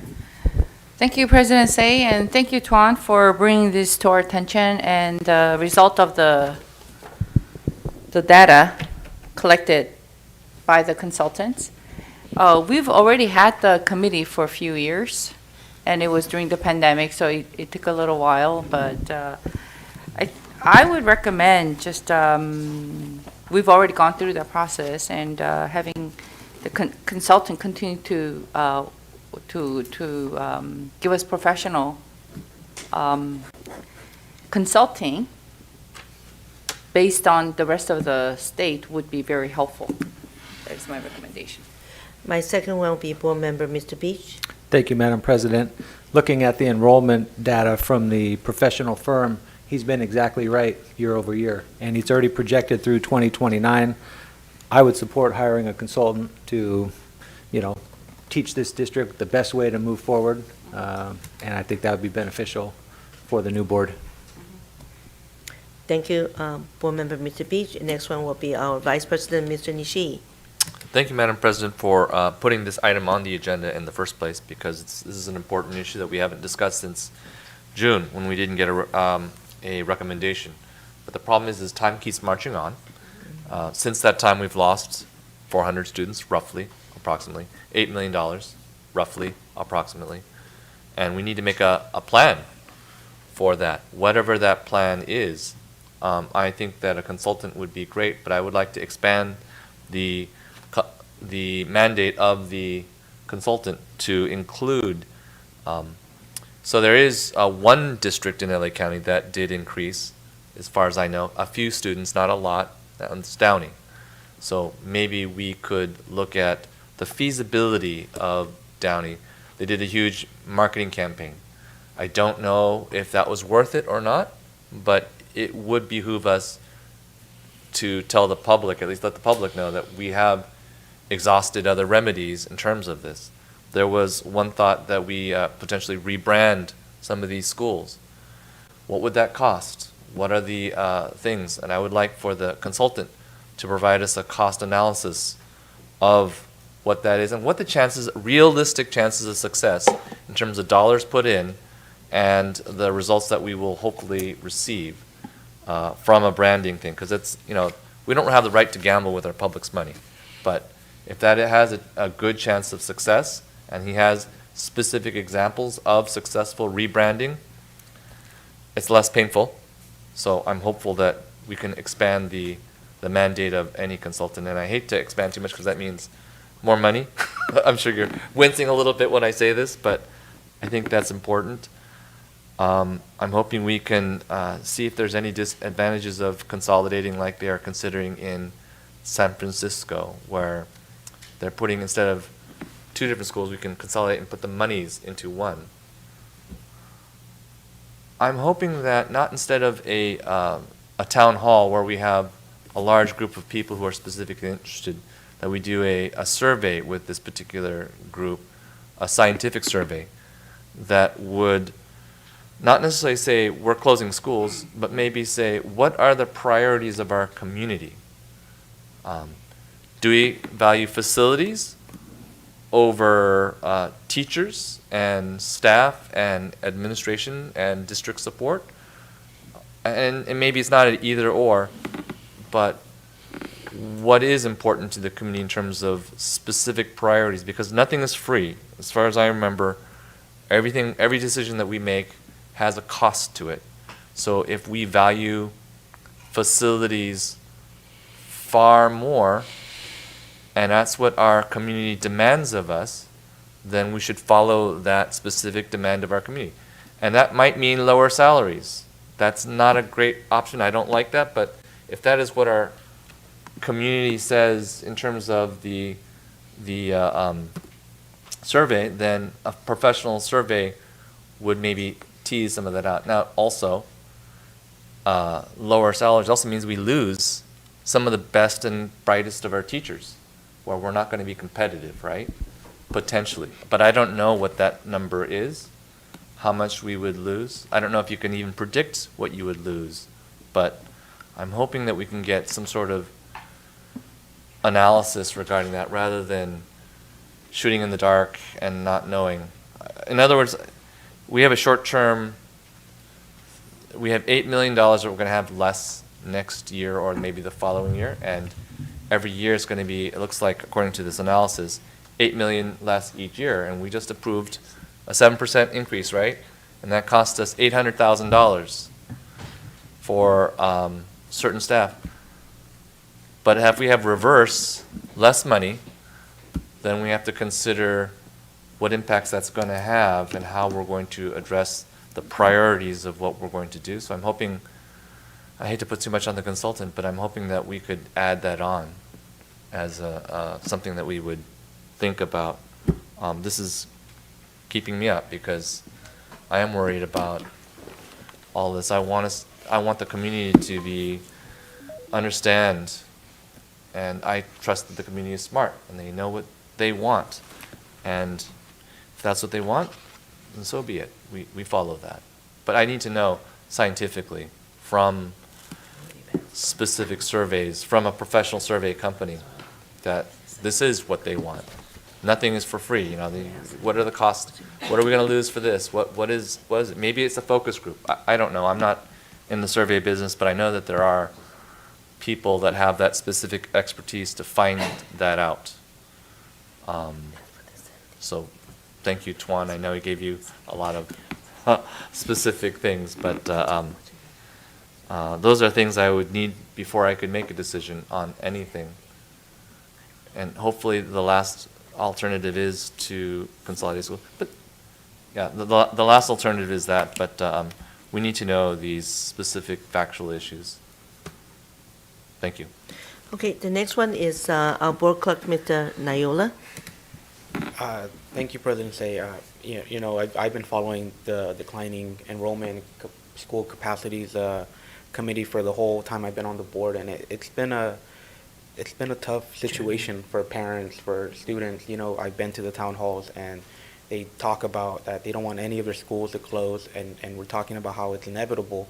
So I do see the benefit and the value of including the community either in a committee or some kind of communication through a survey to give them a voice, so we can really figure out what is the things that they do want. And I do agree with Ernie that doing a little bit of both will probably go a long way. Okay, next one will be back on the board member, Mrs. Yu. Yeah.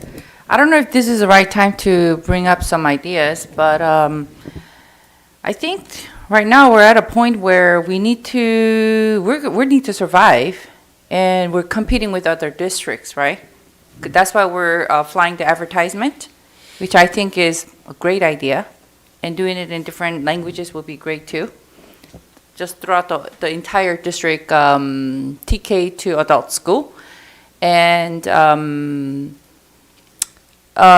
is of essence too, because we've had this committee since 2021.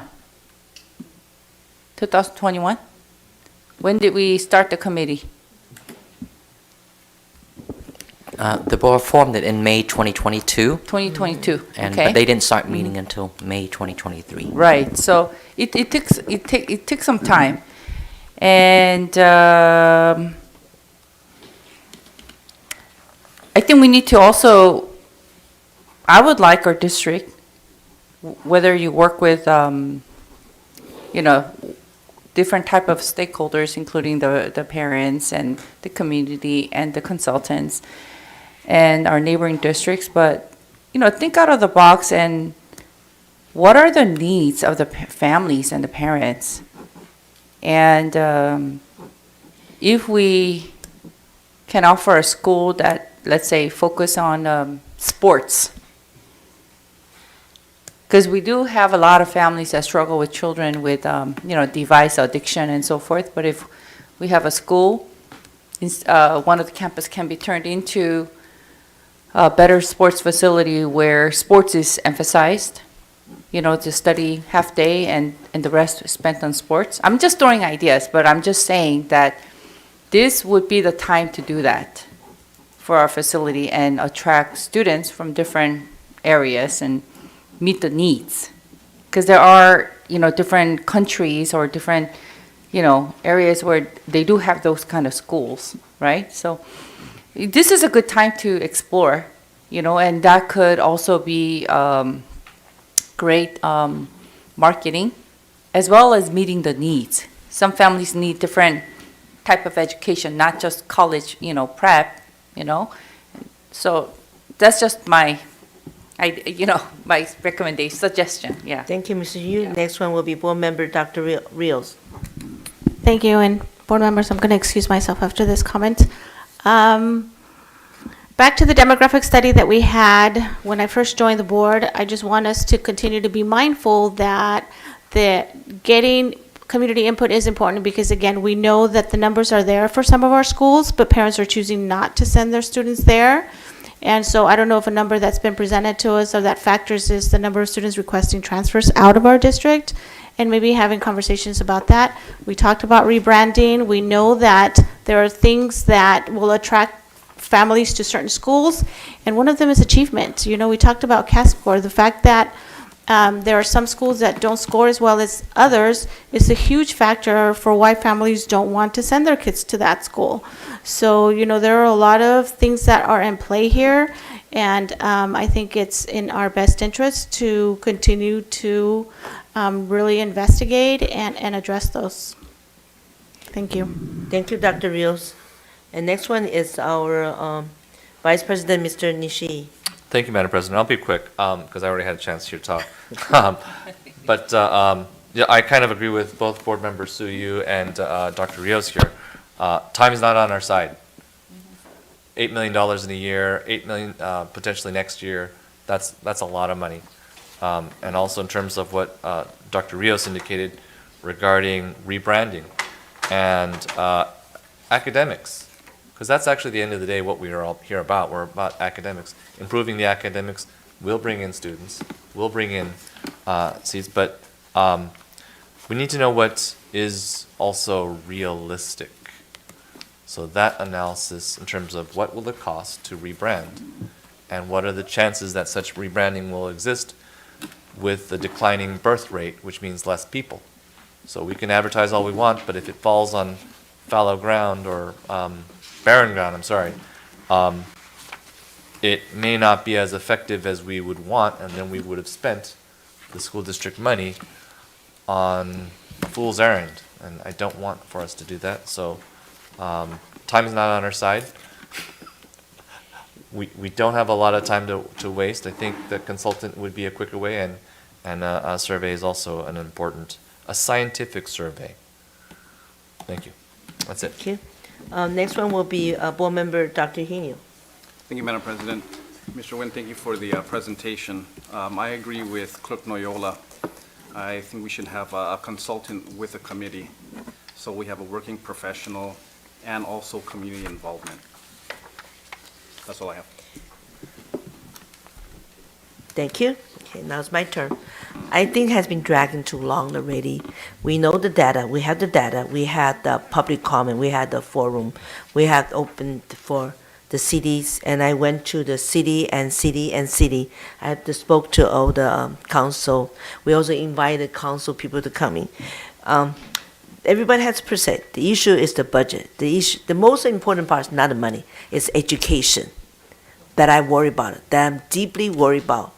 The education. When you have 4, 5, 6 grader, if you come in one class, the whole school is only 200 people there, and then I want the college to understand we're hiring a specialist person to come to here to help us to look what is the best. I think they have a way, but definitely the staff has some recommendation. We'll give it to the person we are approved to have them consult. But I really think we should take action real quickly now. Don't wait too long. Don't wait for another year, 2 years. You have to remember one thing. When you close in school, it just cannot close in today. It takes a year to 2 years process. Am I right, Mr. Yuan? At least 2 years. That is correct. I want to That is remind correct. my colleague here, please, you hire someone, let them do the thing they can do. I believe what you suggest, they all take into the consideration. We all worry about the community, but then the parents' needs. But some of the area parents probably didn't see it. The kids lose their education. That's what I'm worried about. But I also worry about safety. I think the consultant will take a look, and board has a couple issues. Maybe I remember we can write it down the item things that you would like to this person focus to, and then when he come back, give a report, including that. I can have 2 board members. I remember we had something happen before. We had 2 board members involved with it. So it kind of work with the consultant. I think that would be really great in the future because pretty soon we'll have 2 board members finish their term here. I'm so worried they change it to another group of people. What it's seeing will be another difference, another 1 year, another 2 years. What's going to happen? 5 years? What will happen to those kids' education? That I'm really concerned. I'm going to ask my board colleague, enough is enough. We need to come up. We have to come up. The decision is everybody agree with the consultant. Let him handle it. Let him handle it. What is the process from now on? Do we need to bring back to the information item become agenda and approve to hire specialists, or now we just give you the orders to go ahead hire someone? So this is the information item. Yeah. We have to request proposal from them, but before that, we need to solidify our scope of service. So with the feedback from the board tonight, I can put together, a meaningful scope so they can have something to work off of, and we can always revise the scope or add to it But just know that if we do that, it's just going to extend the time and add more cost. Then, if you add more service or scope to their work, they're going to charge more, and it's going to take more time. And just as long as the board is okay with that, then we should be okay. So we can come up with the first, try it at the scope of work, and then we can modify it as we go, or when we bring it to the board for approval, the board can modify the scope, at the time. But we already got the feedback from tonight, so we'll work off of what I'm hearing from the direction from the board tonight. And I'm asking you, I hate to put you in this spot, which is I asked you before, I don't want to drag our feet anymore. I really want this to be done. I need to come back and tell us that you'll find someone already, expert on this, had done this before, and then go for it. That's what I want to hear that. I'm sorry to put in you that bad spot. I know my colleagues all pushed the We'll button. do our best to bring forward to a board I want to forward in really someone that we can recommend. Yes. You have someone in your mind already? You did No. research? You No. still haven't found one yet? Correct. But we should by the next board meeting. Okay. So I have one more board member here. Vice President, Mr. Nishi, go ahead. And this is just to concur with President Say's comment that we don't have a lot of time, that no, we don't need to have this brought back to us in terms of that. You've heard what we want, to balance what Christmas tree things, but what we really need is in terms of expedience, because we can't this is like a Band-Aid that's staying on and we can't pull it off. So it hurts with the longer we wait. So it's taking that time. In fact, even a committee is going to be challenging because that committee could take another year or 2 years. And so we've done the committee, maybe a survey, a scientific survey, which takes time, but maybe less. So I'm hoping for consensus that we hire this consultant as per President Say, and we trust staff to have listened to us in terms of the appropriate scope that would encompass most of what we want in terms of full analysis that we can tell to the community and also be open with it. Yes. I am a worry. I'm very worried. And current board member know what's going on there. The next newcomer is going to be, I am a concern. I'm really concerned, so I want this pushed real fast. And based on consultant, I'm expecting hopefully my colleague here understand what we proposal here. I want to ask my colleague to look again. It's not your area, my area. It's for the students. Not your area, your people, my people, what? I want to focus this children education. Please don't be late. Because I asked you a couple of times already. And this is my final to you, okay? Can I push and say, this is the final? Mr. Nui, please get next board meeting, you present it to us and let us know. We'll be glad to do so. As you hear it already, you got a consent from my colleague here. Yes. Thank you so much. We have heard from the board loud and clear. Thank you. Thank you. And I want to thank you, my colleague here, to support for hiring this specialist to focus on the enrollment issue. And like I wanted the public know, we are looking the best interest of the student. And we're also looking to the safety issue. We heard the people, the town hall meeting has talked about the safety, cross the street, walking thing. And some of the things we can work with the city too. I even told one of the councilmen, I said, maybe we can do, how people, instead of crossing the street, I said, build out the overhead. The student doesn't have to go across the street anymore. How area had overhead, the student have to go up. You can't cross the street. Especially the busy area like Delamo, Norwalk area, those areas sometimes really the people driving real fast. So I'm asking you for, I'm asking Parental and the public. We are, my colleague, looking for the safety of the children, education, the best interest of them for them.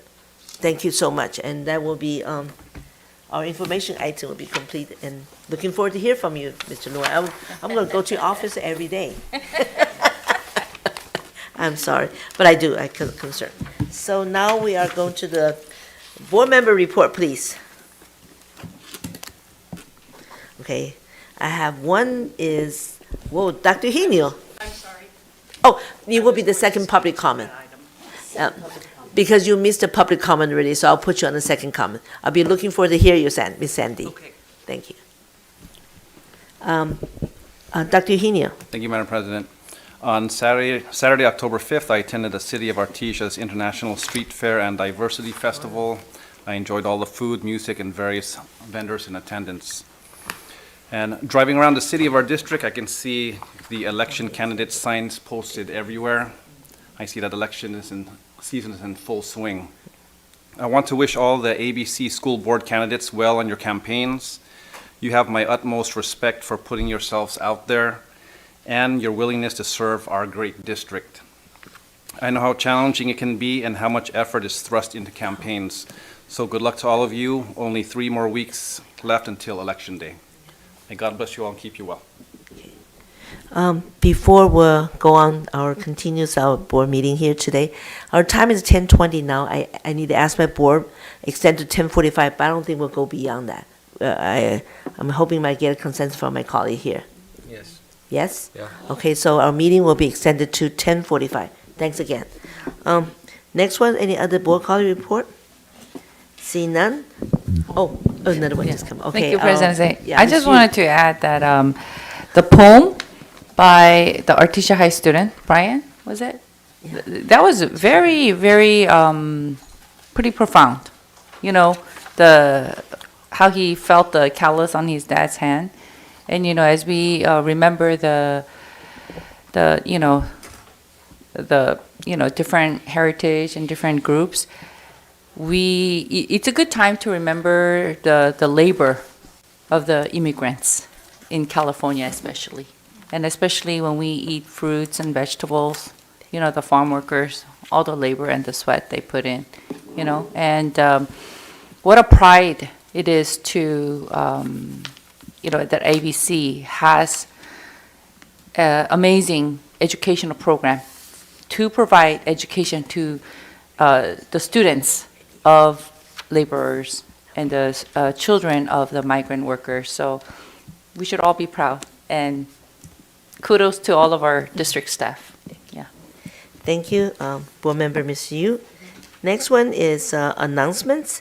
Next regular board meeting will be on November 6th in our district office boardroom. Committee meeting. We have diversity. Board Advisory Committee is on Thursday, October 17th at 5:30, location at District Office Boardroom. Finance, Thursday, October 24th at 6 p.m., District Conference Room. Strategy Planning, Board Advisory Committee on Tuesday, October 29th, 6 p.m. at District Conference Room. Policy Board Advisory, Wednesday, October 30, 6:30 in our District Conference Room. Now, I do know we have the second public comment, and I don't think we need to read it anymore. Just call the community members, please. Thank you. Yes, Sandy Lawler.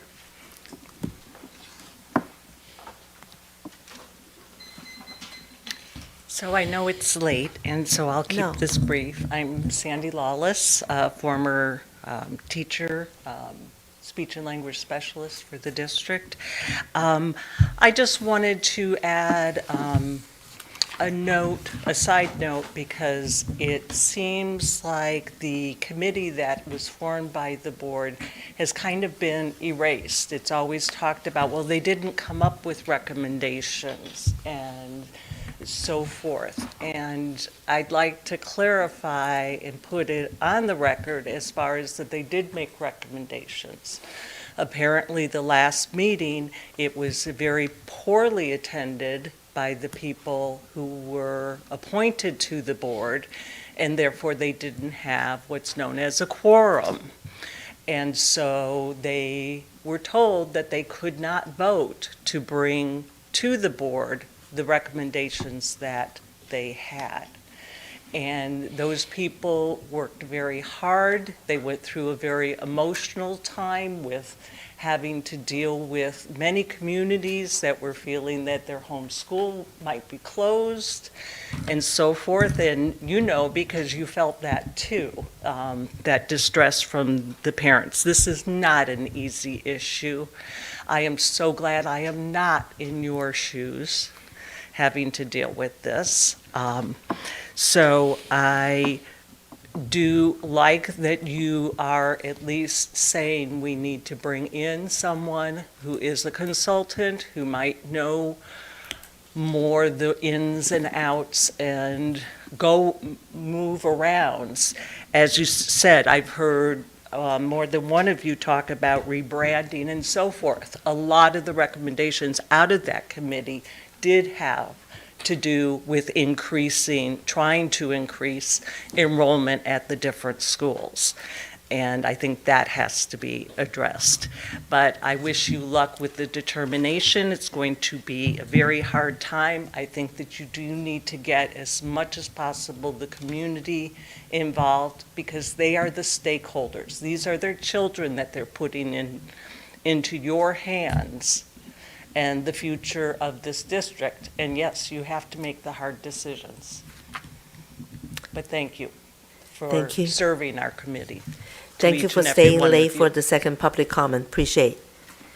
So, to adjourn tonight's board meeting, I need a motion first and second in memory of former board member Maynard Law. So moved. Ernie, second. Thank you. I have this quite a bit to talk about. I usually call him brother. This is in memory of the Maynard Law. Tonight we closed our meeting in honor of former board member and was former board president too, Mr. Maynard Law. Maynard Law grew up in Long Beach, living in a home built by his grandfather. He graduated from Long Beach Poly High School. He majored in education in college and did some student teaching before changing his major to parks and recreation. I didn't know he was a park and recreations. He worked as director of park recreation for many cities, including our Cerritos, when there were more cows than people. He served as assistant city manager and executive director of a federal jobs program. After retirement, he returned to school and became a special education teacher, resource specialist in Paramount Unified School District. His son followed his footsteps of services, with one serving as administrator in the Paramount Unified School District and one serving as a civilian operations manager at the Joint Force Training Base in Los Alamitos. Maynard and his wife, Pat, were married for almost 60 years.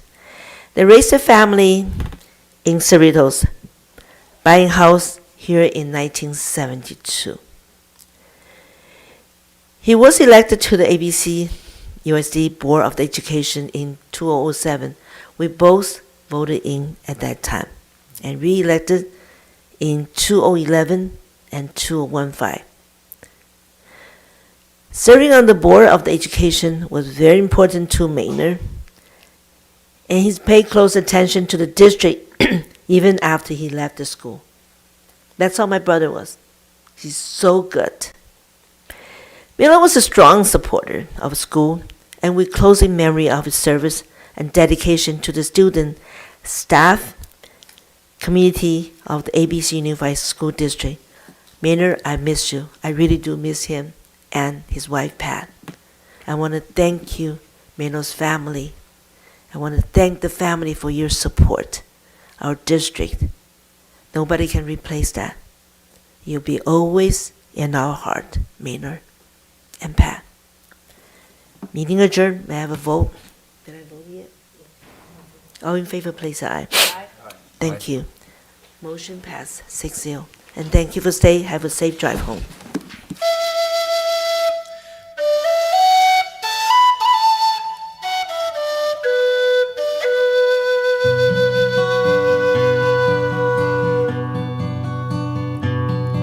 Of all the money that e'er I spent it in good company, and of all the harm that e'er I've done, alas, it was to none but me.